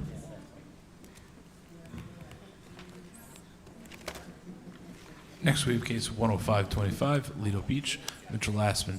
Maintain pool equipment with less than required side yard setback. Maintain waterfall with less than required rear yard setback. Maintain 8-foot-high portion of pool enclosure, also known as 176 School Lane. You've sworn in from earlier, just your name and address again for the record. Andrew Braum, B-R-A-U-M, 1924 Belmore Avenue, Belmore, New York, 11710. Good afternoon again. My name is Andrew Braum. I'm an engineer. I'm representing Mitch Lassman and his family. Mr. Lassman is here in the audience. He's recovering from some medical procedures. It's difficult for him to speak and be heard. So if there is something that does need his attention, we certainly can get some answer and response from him. He acknowledged us, by the way. Yeah, but it's probably because it's on Lido Boulevard. And I do want to tell you, when he is able to speak, he definitely knows how to speak. Very well. So we're here before you Speedy recovery, sir. today for a swimming pool. I was not involved in the original permit of the swimming pool. I was involved after, when they had some difficulty closing out the permit. What happened was there's a waterfall in the rear of the pool that was not on the original plans. So that waterfall did not meet the rear yard setback. When a water feature is attached to the pool, it is required to maintain the same setback as that in-ground pool does. So where 4 foot was required, and the pool was installed that way, when the mason came in and put in the waterfall, it wound up making the distance be 2'9" and I believe something, I can't read it, 2'11" or 3'11". It's, Is that the middle school or the high school that he's, middle school, right? which one is it? He said, he nodded. Yeah. So it does back up against the middle school there. And in addition to that, there's an 8-foot PVC fence there where the maximum height permitted is 6 foot. So we're here seeking relief for that. The fact that it's adjacent to a school And oftentimes, there are kids back there, there's some loitering, there's some balls and things that wind up in the backyard. There's also an elementary school near that attached, so for the safety, it's not a bad idea having a Right. taller fence. And the final thing is, there's pool equipment that was installed where the distance off the property line is supposed to be 4 feet, and a small appurtenance of the pool equipment is at 2'9". The equipment itself is conforming, but there's some piping that is at a 2'9" distance that when the inspector came out, he said, listen, if you're going for a variance, you might as well get everything approved all at one time. What's the side yard setback that the pool equipment that encroaches maintains? So it's required to be 4 foot, and it is at 2'9". And I want to bring to the board's attention, I could show you in a photograph, it's not the actual pieces of equipment, it's some of the piping. So when you actually take your tape measure to the closest part, it becomes 2'9". But if you stretch it a little further, it goes to 4 feet where the equipment is. Reminding the board that this equipment is low to the ground, and then there's a 6-foot-high fence, so it's not visible at all from any other property. Yeah, how long has it been there? I would say, Has it operated there? Mitch, was it like 3 seasons so far? Yeah. It's Okay. been operating for 3 seasons. I do have letters of support from neighbors that I would like to submit. We'll May I accept ask- those in evidence. May I ask you, have any of the neighbors complained about the noise of the pool equipment? I have no knowledge of that. He's shaking his head no. And in addition, on the radius map, we circled the neighbors here that we received the letters of support from, as well as Mr. Lastman made attempts to speak to other neighbors as well. Okay. Yeah, well, I think the most relevant neighbor is, let's see, Michael and Sharon Pilo. Those are the ones on the side with equipment? We have letters from them. That'll solve that problem. Yeah, I think it's, So, may I approach to show this to the board? sure. Sure. We have that picture. It's in No, the- you must want to say something. Okay. This Is that word edification? I know, of what's at the 2'9". Right. But the equipment itself, as you can see here, is definitely 4 feet. location. So there's no noise that comes from any of this. All Right. noise is Just the plumbing. Right, well, the fact that there have been no complaints. Bless and you. It has operated, God bless you. Yeah, you make a good point. Right? We have it, yeah. Let's see where the marking is. Wait, are the Pilos there? I'm looking. If you want to go to the back, the radius map, you circled Oh, everyone's yeah. sign. Mr. Lastman's asking if the board needs to hear anything from him. I don't think so. No. Okay. So, that concludes my No. presentation of what we're seeking your approval. Okay, I do have a question. So the Pilos, which I would think are the most affected, they're not circled. I know he said you made an attempt to speak with all of them. But can you just, they've not complained to you, have they, in any way, about the noise of the pool equipment? Shake your head. You don't have to talk, you can shake. Okay. No, you've not received any complaints. Okay, great. By the way, you feel better? Okay. Any other question? Nope. Any other questions from the board? No, If not, sir. do I have a motion? Move the hearing be closed, the matter be placed on the decision calendar. Mr. Brahm, you and your client, Mr. Lastman, you both receive a copy of the board's decision by mail once it's rendered. Thank you, feel better, have a nice day, folks. Second, all in favor? Any opposed, any abstentions? Is this the new one? Next, we have cases 10625 through 10825, Merrick. Vincent and Jennifer R. DiPaolo. Mother-daughter residence, second kitchen, variance side yard maintained second story attached, addition attached to dwelling, variance side yard aggregate, constructed one-story addition to dwelling, also known as 189 Williams Avenue. Shocking surprise.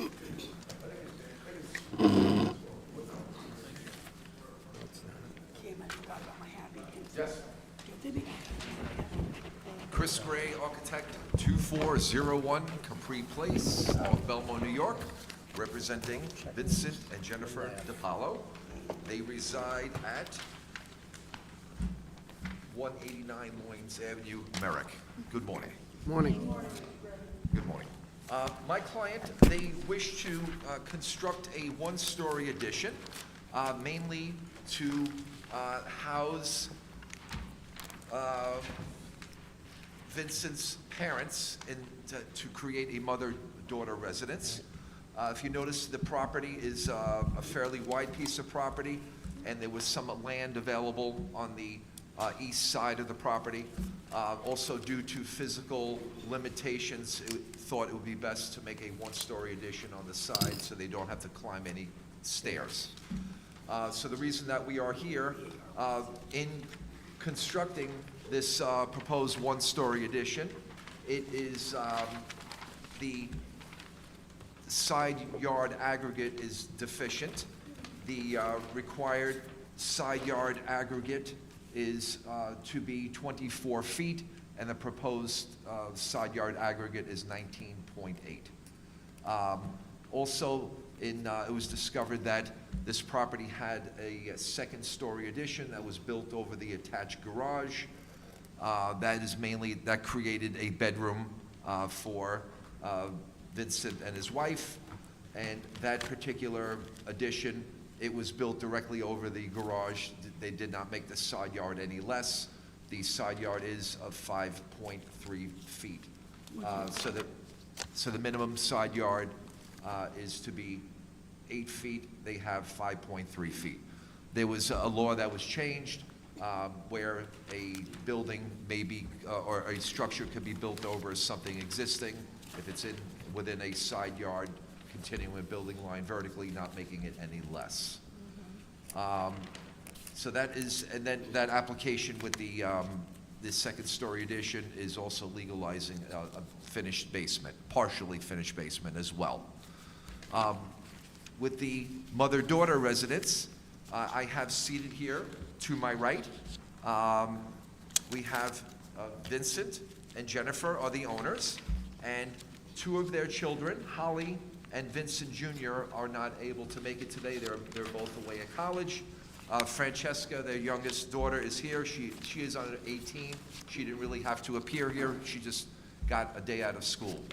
Do you know when that second story, it sounded like that addition was made before your clients owned the house? That was built in 2007, 18 years ago. And when did your When clients did they buy it?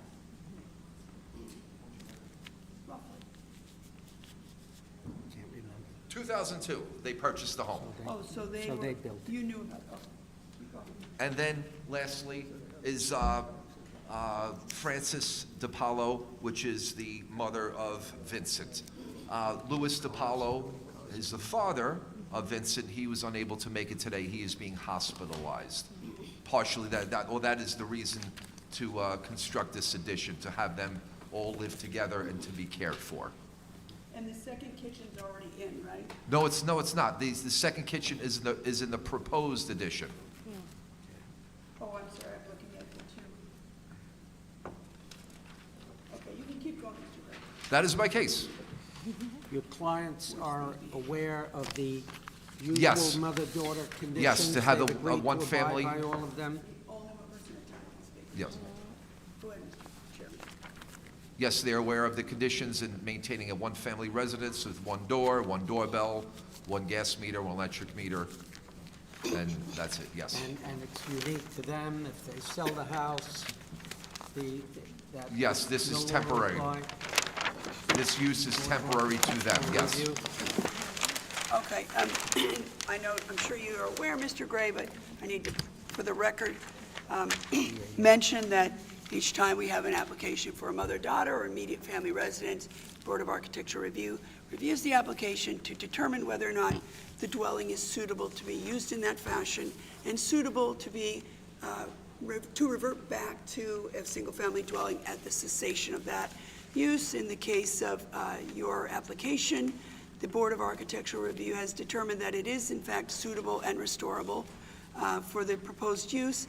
There is a note that the provision will be that there is no illegal occupancy in the basement. Have you been, Mr. Gray, you've been to the, Yes, I have. and have you been down in the basement? Yes, I have. I've measured the entire home, and the basement is illustrated on the plan. Right, can you tell me what all is down there? Sure. There is, there's generally, the majority of the space is a open, unfinished area with the boiler and the laundry area. There's a closet to the rear, a storage closet, and then on the right-hand side, there's a finished storage area as well. So the majority of it is, it's all open, and the majority is unfinished. How many cars do your clients have? Will have 5 to be parked on the property, and there are 2 spaces in the driveway, and then the garage is still a garage, and a space could be in there as well. So 3 cars can fit on the property. So I only have 2 elevations of the 4. So I have the front and the right side. That shows 2 doors. Are there any other doors? Is there a back door, for example? How many doors? Well, you can see, you refer to the floor plan. Well, I'm just asking how many doors. Well, yes, there's a side door shown to this proposed unit, and then and then on the left side towards the rear is a sliding glass door that would go onto a patio. So there's a front door, a sliding glass door, and the one side door, those 3. Of the entire home, you're saying? Correct. Yes, right, there's a main front door, yes, and then there's a proposed side door to the new area, and then there's a sliding glass door to a patio, and also the main house has a rear door off the kitchen as well. That's original to the house. Wait, okay, oh, So there's 4 doors total. 2 on the existing, and then 2 on proposed. Okay. Just quickly, I'll make a note. We received 2 email communications in opposition to the application. I was going to read you their opposition. You can comment on it if you wish. I think it'll be pretty obvious, but and I will say that they appear to be from 2 people with the same last name. So the opposition is providing a variance for a mother-daughter with a second kitchen is ultimately turning the property into a 2-family house in a single-family neighborhood. The expansion with a kitchen will allow the said expansion to ultimately be rented out, causing a complete change in the neighborhood. What assurances do the residents of Merrick have that this property will not turn into a multifamily rental property in the future? This is not a neighborhood that is zoned for this type of structure for a reason. So you can comment if you want. Obviously, this is a common concern people come up against, but as the chairman mentioned, it's a temporary grant, so we really hope that that solves the problem they raised. How do we know it's not going to be? Because again, it's not that you're going to misuse it, but if you sold it this way, there's obviously potential for people to do that in the future. If you want to comment, you can. Is that owner, is there a name you can give for that owner, Yes. for the record? It's a public, let me see. Yeah, they put their name on it, so I assume it's public. So it's, that one I read to you was Peter Carroll, and the other one is Christine Carroll, which I presume to be his wife. Right. That's, And her comments, let's see, without reading. They mirror. They're the same. Basically mirror. She just said the first part. The concern being that someone might in the future use it as a 2-family, but I think the structure is such that we're okay there. I just kind of an obligation to let you know. that's understood. So they won't vote for them anymore. Any other questions from the board? If not, I have a motion. Move the hearing be closed, the matter be placed on the decision calendar. Mr. Gray, you and your clients will all receive a copy of the board's decision by mail once it's rendered. Thank you, folks. Sorry you had to Thank you. wait so long, but That's all have a right, nice thank day. you. Thank you. Aye. Opposed? Next, we have case 10925, Merrick Peter Sherman, variance lot area occupied, maintained detached garage, 1700 Farragut Road.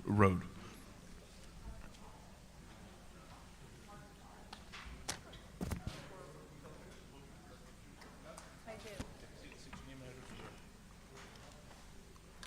Excuse me, pillows in them. I feel like I'm in a hole. Can I I get these letters of consent? Yeah. Thank you. Is it still morning or is it afternoon? Oh, 9 more minutes to go. I still could say good morning. Good morning, Mr. Chairman, ladies and gentlemen of the board. Mr. Peter Sherman of 1700 Farragut Road, Merrick, New York, Section 55, Block 176, Lot 11, 12, and 213 in a residential B zone, is seeking a variance to allow an existing detached garage that is 16 feet by 4 inches by 22 feet 1 inch, which is creating a lot variance. The property at present is at 31.54% when 27.5 is allowable. The garage is 202 square feet, causing a 4.4% overage of the lot coverage. Mr. Sherman's parents owned the house, and he grew up there. The detached garage has been in existence since 1967, and upon putting the house up for sale, did he discover that there were no permits ever issued for the rear deck or the garage. The deck has been permitted, and the CFC has been issued. I provided letters to the board from three consent letters from 3 abutting neighbors that are most affected by the garage existence. The garage is in good condition at present. There is money being held in escrow, and we await the board's decision. Thank you. Is that your case? Yes. Any questions from the board? If not, do I have a motion? Move the hearing be closed, the matter be placed on the decision calendar. Ms. Kennedy will notify by mail the board's decision Second. once it's rendered. All in favor? Aye. Thank you. Have a good nice day. afternoon.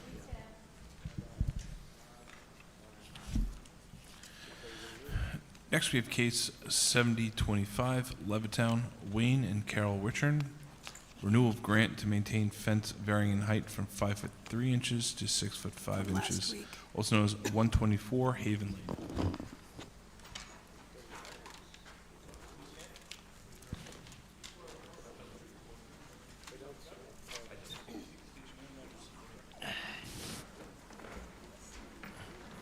Wayne Wishern, 124 Haven Lane, Levittown, New York, 11756.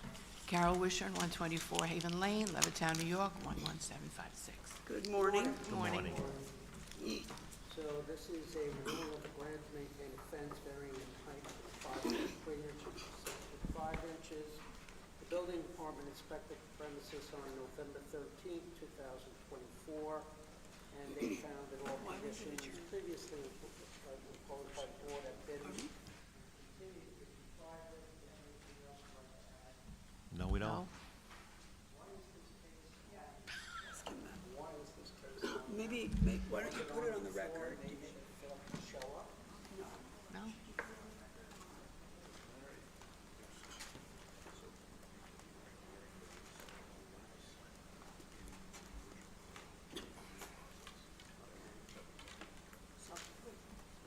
What does this even mean?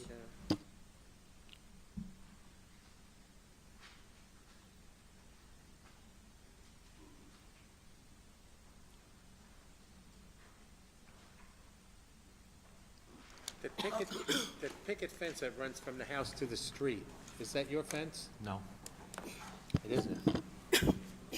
May I ask you, the secretary to the board, just explain to us, we were wondering why it wasn't heard last time it was on, and he said that you couldn't make that hearing or something to that effect, but that in addition to that, a significant amount of time had lapsed on the renewal. What was the time? Like, I just want to know why, what happened. We never received any notification of a renewal. Do you live at the subject, do you live at 124 Haven Lane? Correct. Since 1999. Sounds like it has been renewed for a long time. Maybe you didn't even, did you, you've been there If since this 99? is this Pat? Hold on. Yes. Yeah. I believe he told us that because of COVID, that it might have lapsed getting the Were you- paperwork out. Were you the ones who originally got the grant? Yes. You came In before the 2007. Okay, in '07 you came, got a grant. So you'd renew again in 12, right, 12, 17, okay. So what do we know? Well, when we send out the renewal notices, is there some way to know? I just want to make sure we clean it up so they get it next time. They should have gotten one in 12 and 17, approximately in 22. So 12 didn't go out. Okay, sounds like you didn't get any notices. So do we have that fixed? We have it. I just want to make sure they get it. Okay, sounds like going forward, you're going to get the renewal notices. It'll be every 5 years. And you probably, let's see, what's your case? The fence. You may be, when you get your next notice in 5 years, check to see some of them, you have the option of waiving your appearance by filing a waiver. It's a simple process. Right. I don't actually know how it works, but so that may be an option for you. But you should be getting, and maybe, in 5 years from now, you don't get a notice. Call in. But it sounds like we got it fixed.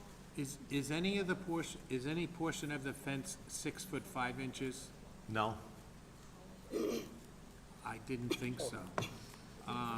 We have one little piece of fence going from our house to the neighbor's fence, and that's just to keep the dog in the yard. And that's not 6 foot 5?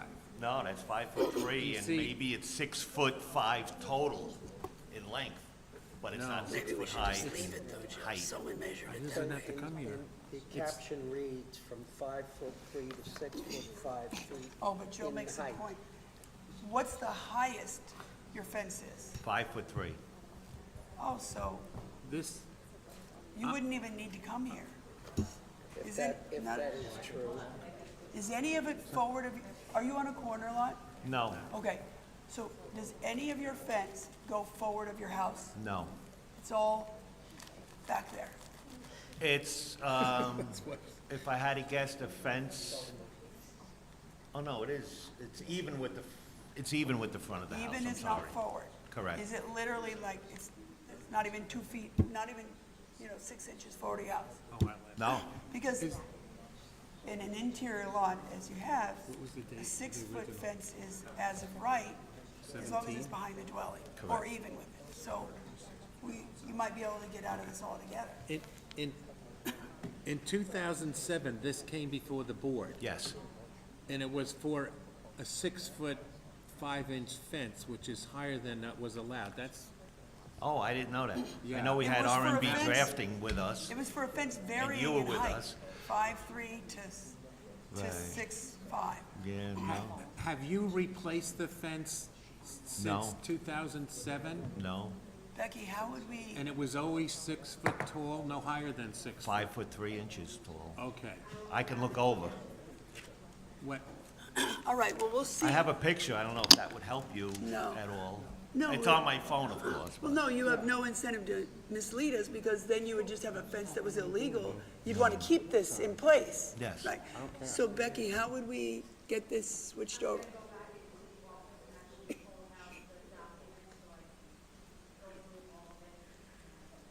And then we'll find a way to switch it over to an as-of-right fence? by the way, Ms. First is a building plans examiner, and she Our reviews this stuff. most senior one. And she's going to determine whether or not it's a permanent grant for you, that you don't have to come back here. Thank you. So what do you want us to do, Becky? Have them call you later, or? Okay. All right. Yeah. Obviously, Yeah, And then so the- we'll put this on reserve, and then can you just, if it turns out that you don't need a BZA, can you just call the BZA? Patrick, should I have him call you and talk about how to get it dismissed? Okay, and then call into our office, and we'll figure out what we need to do. We'll keep it on our calendar now in case for some reason, there's a determination, like some way it's measured that does put you over, you'll want to keep it. So we'll hold it until we hear from you guys. And then she's the best plans examiner we have here. What? Thank you. I mean, don't tell the others, I guess, but it is what it is. You missed that. Yes. Her comment. She said you were the best plans examiner we had. You what?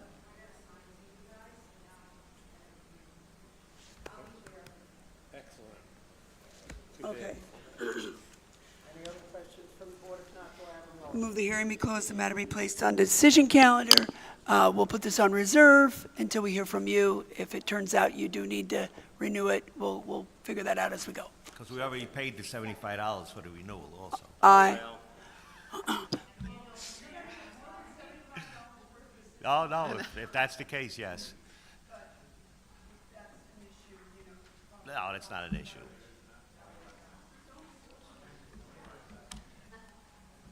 Good, I guess we're done. Excuse.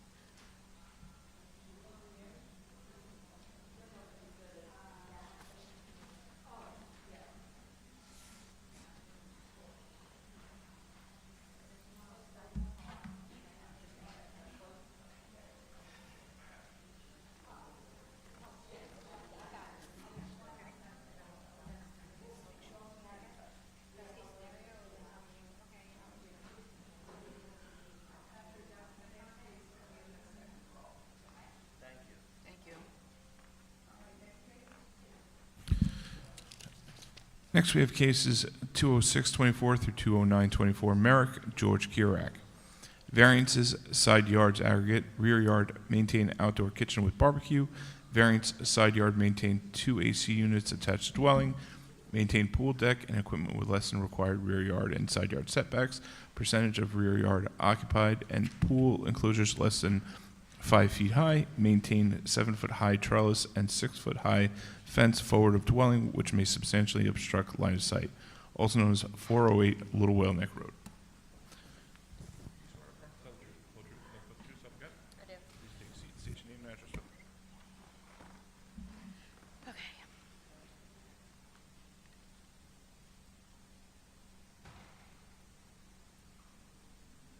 Should I start? Well, it was the rear deck, so it's there now. Because the occupied was at like 60%, and that's why it got sent back after we were denied, so we incorporate all that and be good. Now. Okay. Good afternoon, my name is Melissa Barone from Long Island Perfect Permits, 124 Front Street, Suite 205, Massapequa Park, 11762. I am the agent representing George Kriak. He is the owner of 408 Little Whale Neck Road in Merrick, Section 50, Block V07, Lot 17. We presented our application to maintain an outdoor kitchen with a barbecue, 2 AC units, pool equipment, and fence with a trellis on March 27, 2024. At that time, the raised patio was not identified and factored into the zoning information. The raised patio is now included on application 23-4331 to maintain the raised patio with an outdoor kitchen.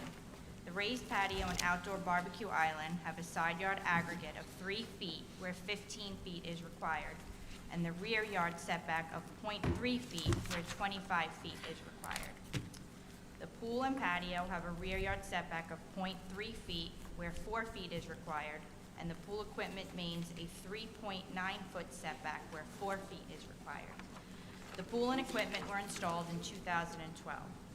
The pool and raised patio do not meet the required rear lot occupied. The current rear lot maintains 79.9% where 40% is allowed. The 2 AC units do not meet the required side yard setback. The ACs maintain a 2-foot setback and 2.1-foot setback, where 5 is required. The ACs were installed prior to my client purchasing the property. The trellis has a height of approximately 7 feet, where 6 feet is allowed. The trellis was also installed in 2012. My clients purchased the property in 2010, and the house was sold late last year with a considerable amount of escrow until these issues are cleared. We understand there are additional open permits that will be closed out when these cases before you are completed as well. My client has spoken to the abutting neighbors, and they do not have any objections to the variance being granted for the structures that are existing. How tall is that one? Doesn't say split rail. So, trying to see here where, so one of your applications is to maintain, let me read it to you directly. Kitchen. Pool enclosure less than 5 foot high. So I'm trying to locate that. I see that, I'm seeing the notations for the 6-foot fence on both sides of the property. The rear is noted as maintain existing 50-inch high brick wall for 50.7 linear feet. Note, wall 70 inches above the adjacent grade. So I'm not sure if that's what is being referred to of, Well, the only issue with the pool fence that we can see is that from the steps, when you go up. what steps? What When step? you go from the grade level and you go up the 3 steps to go to the raised patio where the pool and Okay. everything is, when you go up to those steps, that fence is only 3 feet, where all the other fences would be 5 feet because the raised patio is 2 feet. So my clients understand that they have to raise the fence around the patio to make the pool enclosure compliant. Okay, wait, so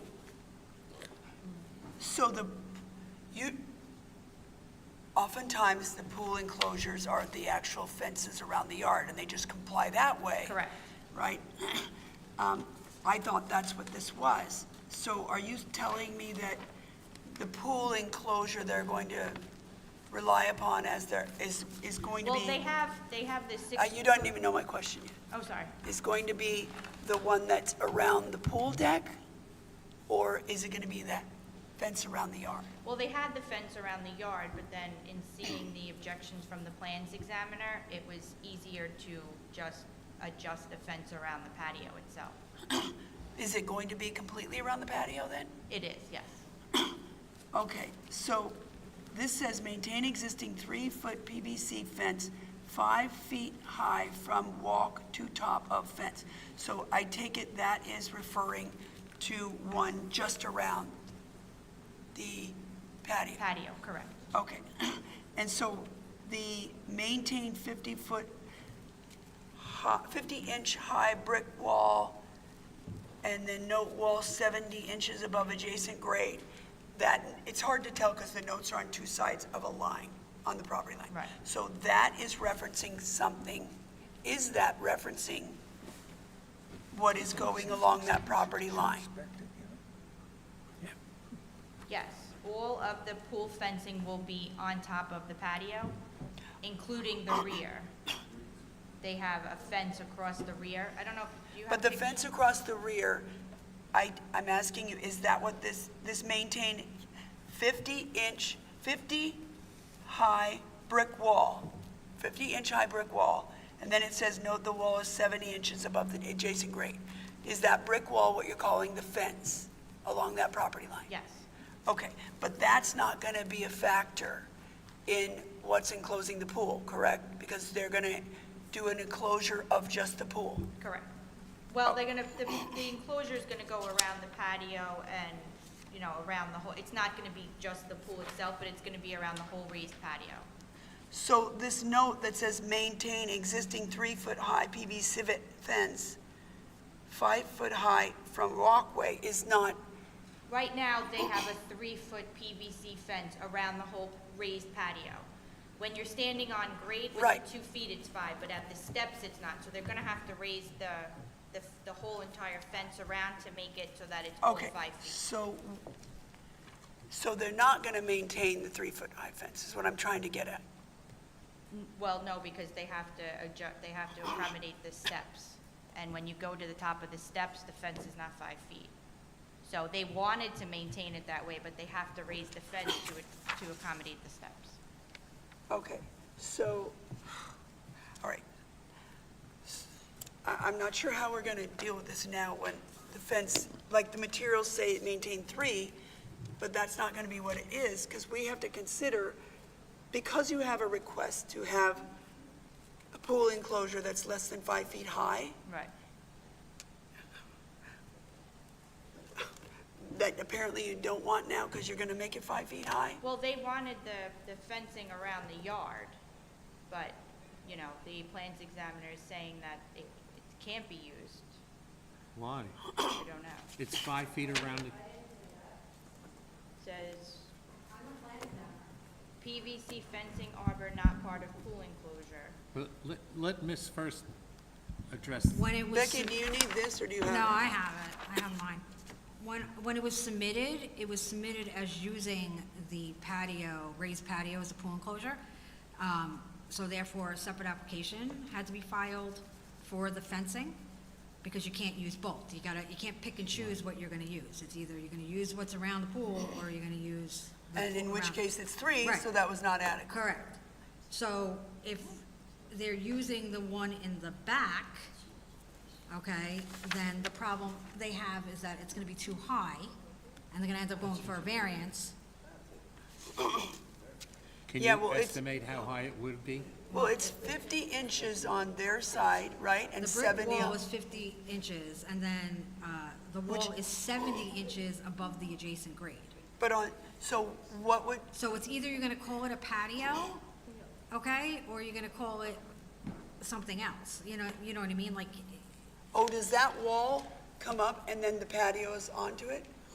Yeah. So that's not an adequate enclosure. correct. So now they're putting a railing around the enclosure, but the portion that is by the steps at the top, okay, may be 5 feet from adjacent grade, but when you get to the top step, Right, it's it's only co- 3 feet, so you can jump right over it. Exactly. So they have to just raise the gate portion at the steps to meet the requirement for the pool enclosure.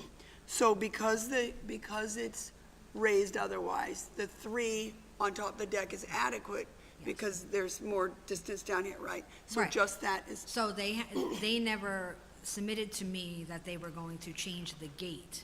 Right, I mean, I feel like we can't even deal with this part right now, No, because if even if they change the gate, then the portion of, that portion of the pool enclosure, that gets removed. Dismissed, okay, if they change the gate, that's not an issue? And the whole, it's hard to see, there's a lot going on here. Yeah. So I see the pool, and I see what I think is this patio thing around the pool. It's sort of covers, does it cover the bulk of the backyard? Yes. Okay, so the 3 foot, is that whole thing, if I walked around that, where the 3 foot fence is, how much, what's the height down here, at least 2 feet? Correct. Okay, except for the stairs, as you said. Yes. So that whole thing is gonna be enclosed by the 3 foot thing? Correct. And then, does your client wanna do what Ms. First just described?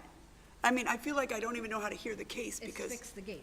Yeah, we can fix the gate. I mean, that's the simplest fix, absolutely. to make a 5 foot gate, right? Correct. Right, and then it's only setback issues for the pool, because the patio is considered part of the pool. Okay, so are we to consider the case in this fashion? Correct. Okay, so, well, it's not that obvious. You say it like, yeah, correct, No, of course. I'm agreeing with you. Yeah, so we have to, but the materials have to be changed because we're not now considering allowing you to have a pool enclosure less than 5 feet. You know what I'm saying? Okay, so Christine, you'll deal with, which, I feel like I'm hearing a case before it's a mess.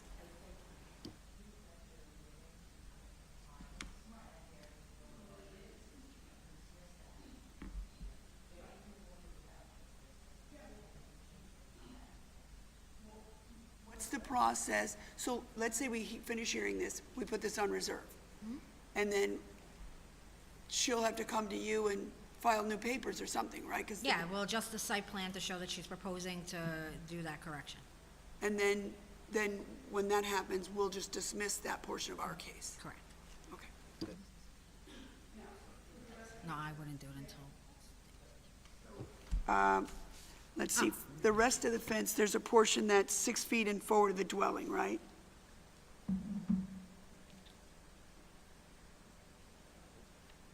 The fence forward of the dwelling is not 6 feet.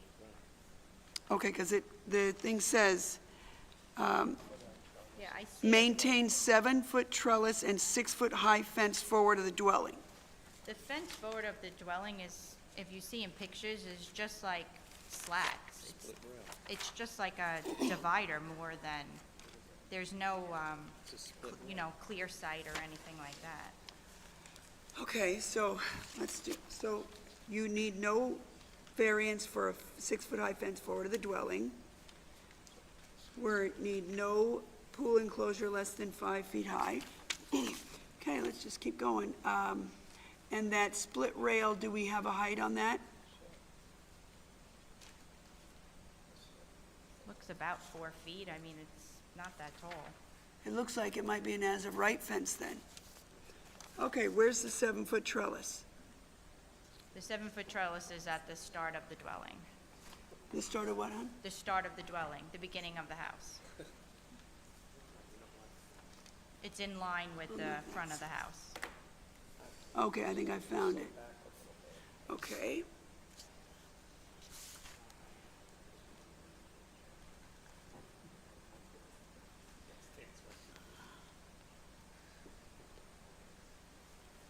Okay, I want to read to you, we received a letter in opposition. I'll just read quickly to you what it says.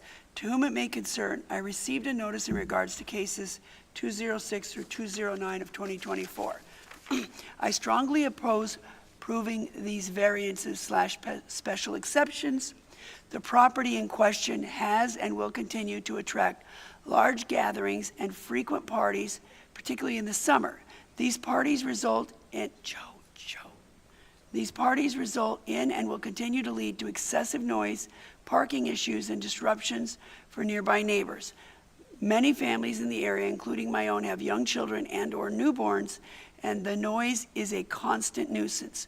Oftentimes, fireworks are set off at this residence during parties, leading to explosions, excessive loud noises, and debris all over my yard and roof.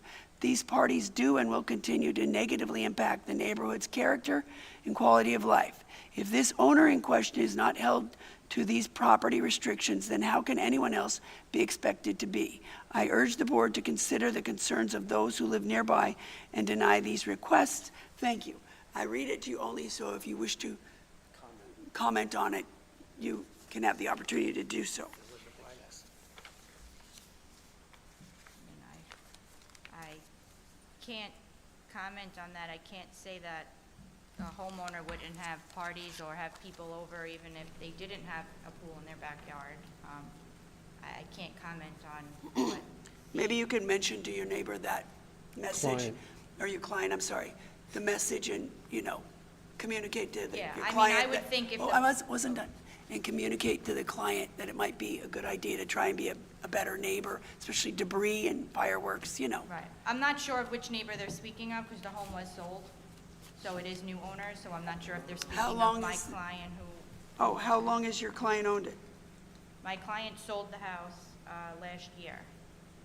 Oh, So he's- okay. there's money in escrow, he's just trying to close out these permits for the new owners. Oh, okay, well, that might be welcome news for the others. Don't So, we have a copy of the deed in the file? We should we just, not?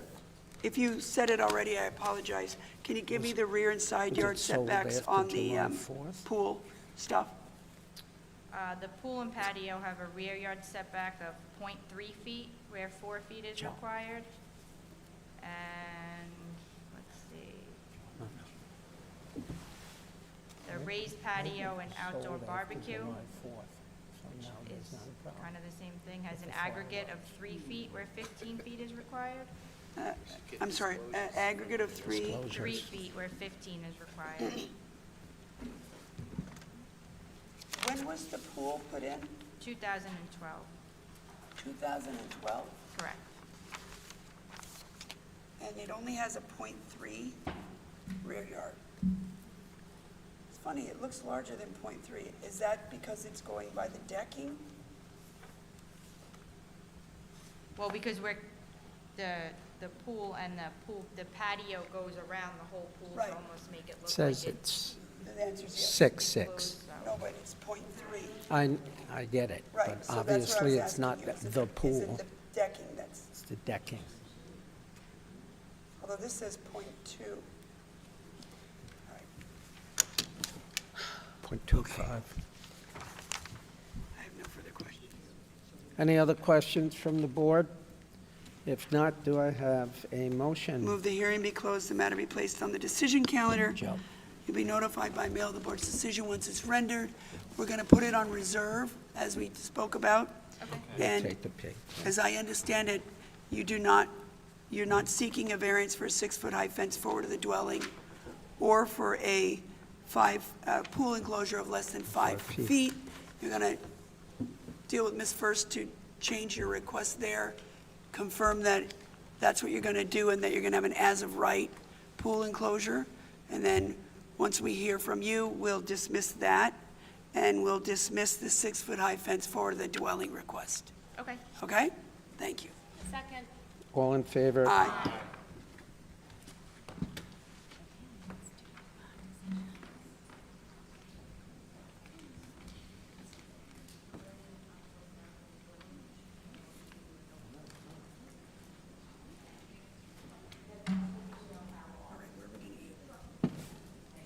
We have another case. We have one we put on second call. Mr. Chairman, we do have one item for a second call. I'm aware of that. Case 9125, near Lawrence, Brixmore SPE 2 LLC. Renewal grant to maintain second double-faced pylon sign, 96 square feet per face, and overall size 192 square feet. Overall height 20 feet, setback 11 feet from Rockaway Turnpike, also known as 274 through 296 Burnside Avenue. Do we have a file on this? Right here. Did they inspect? Okay. So we probably eliminate some. Okay.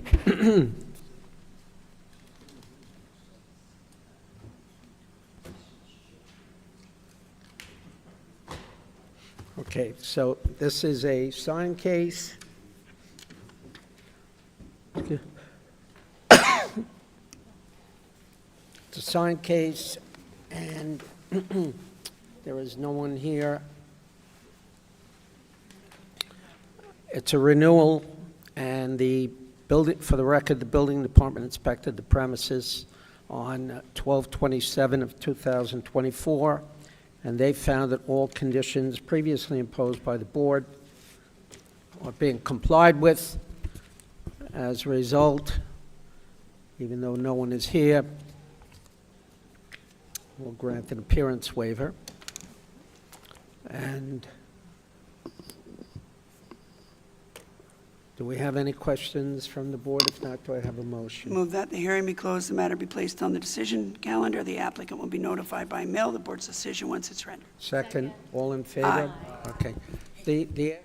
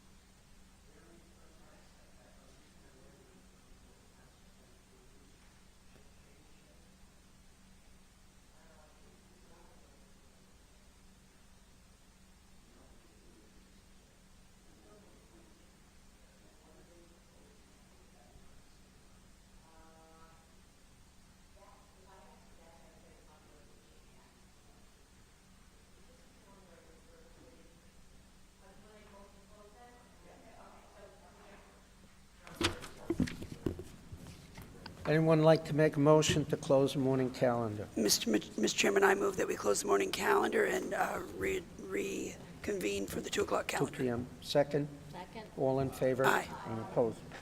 I've got a... No, He's got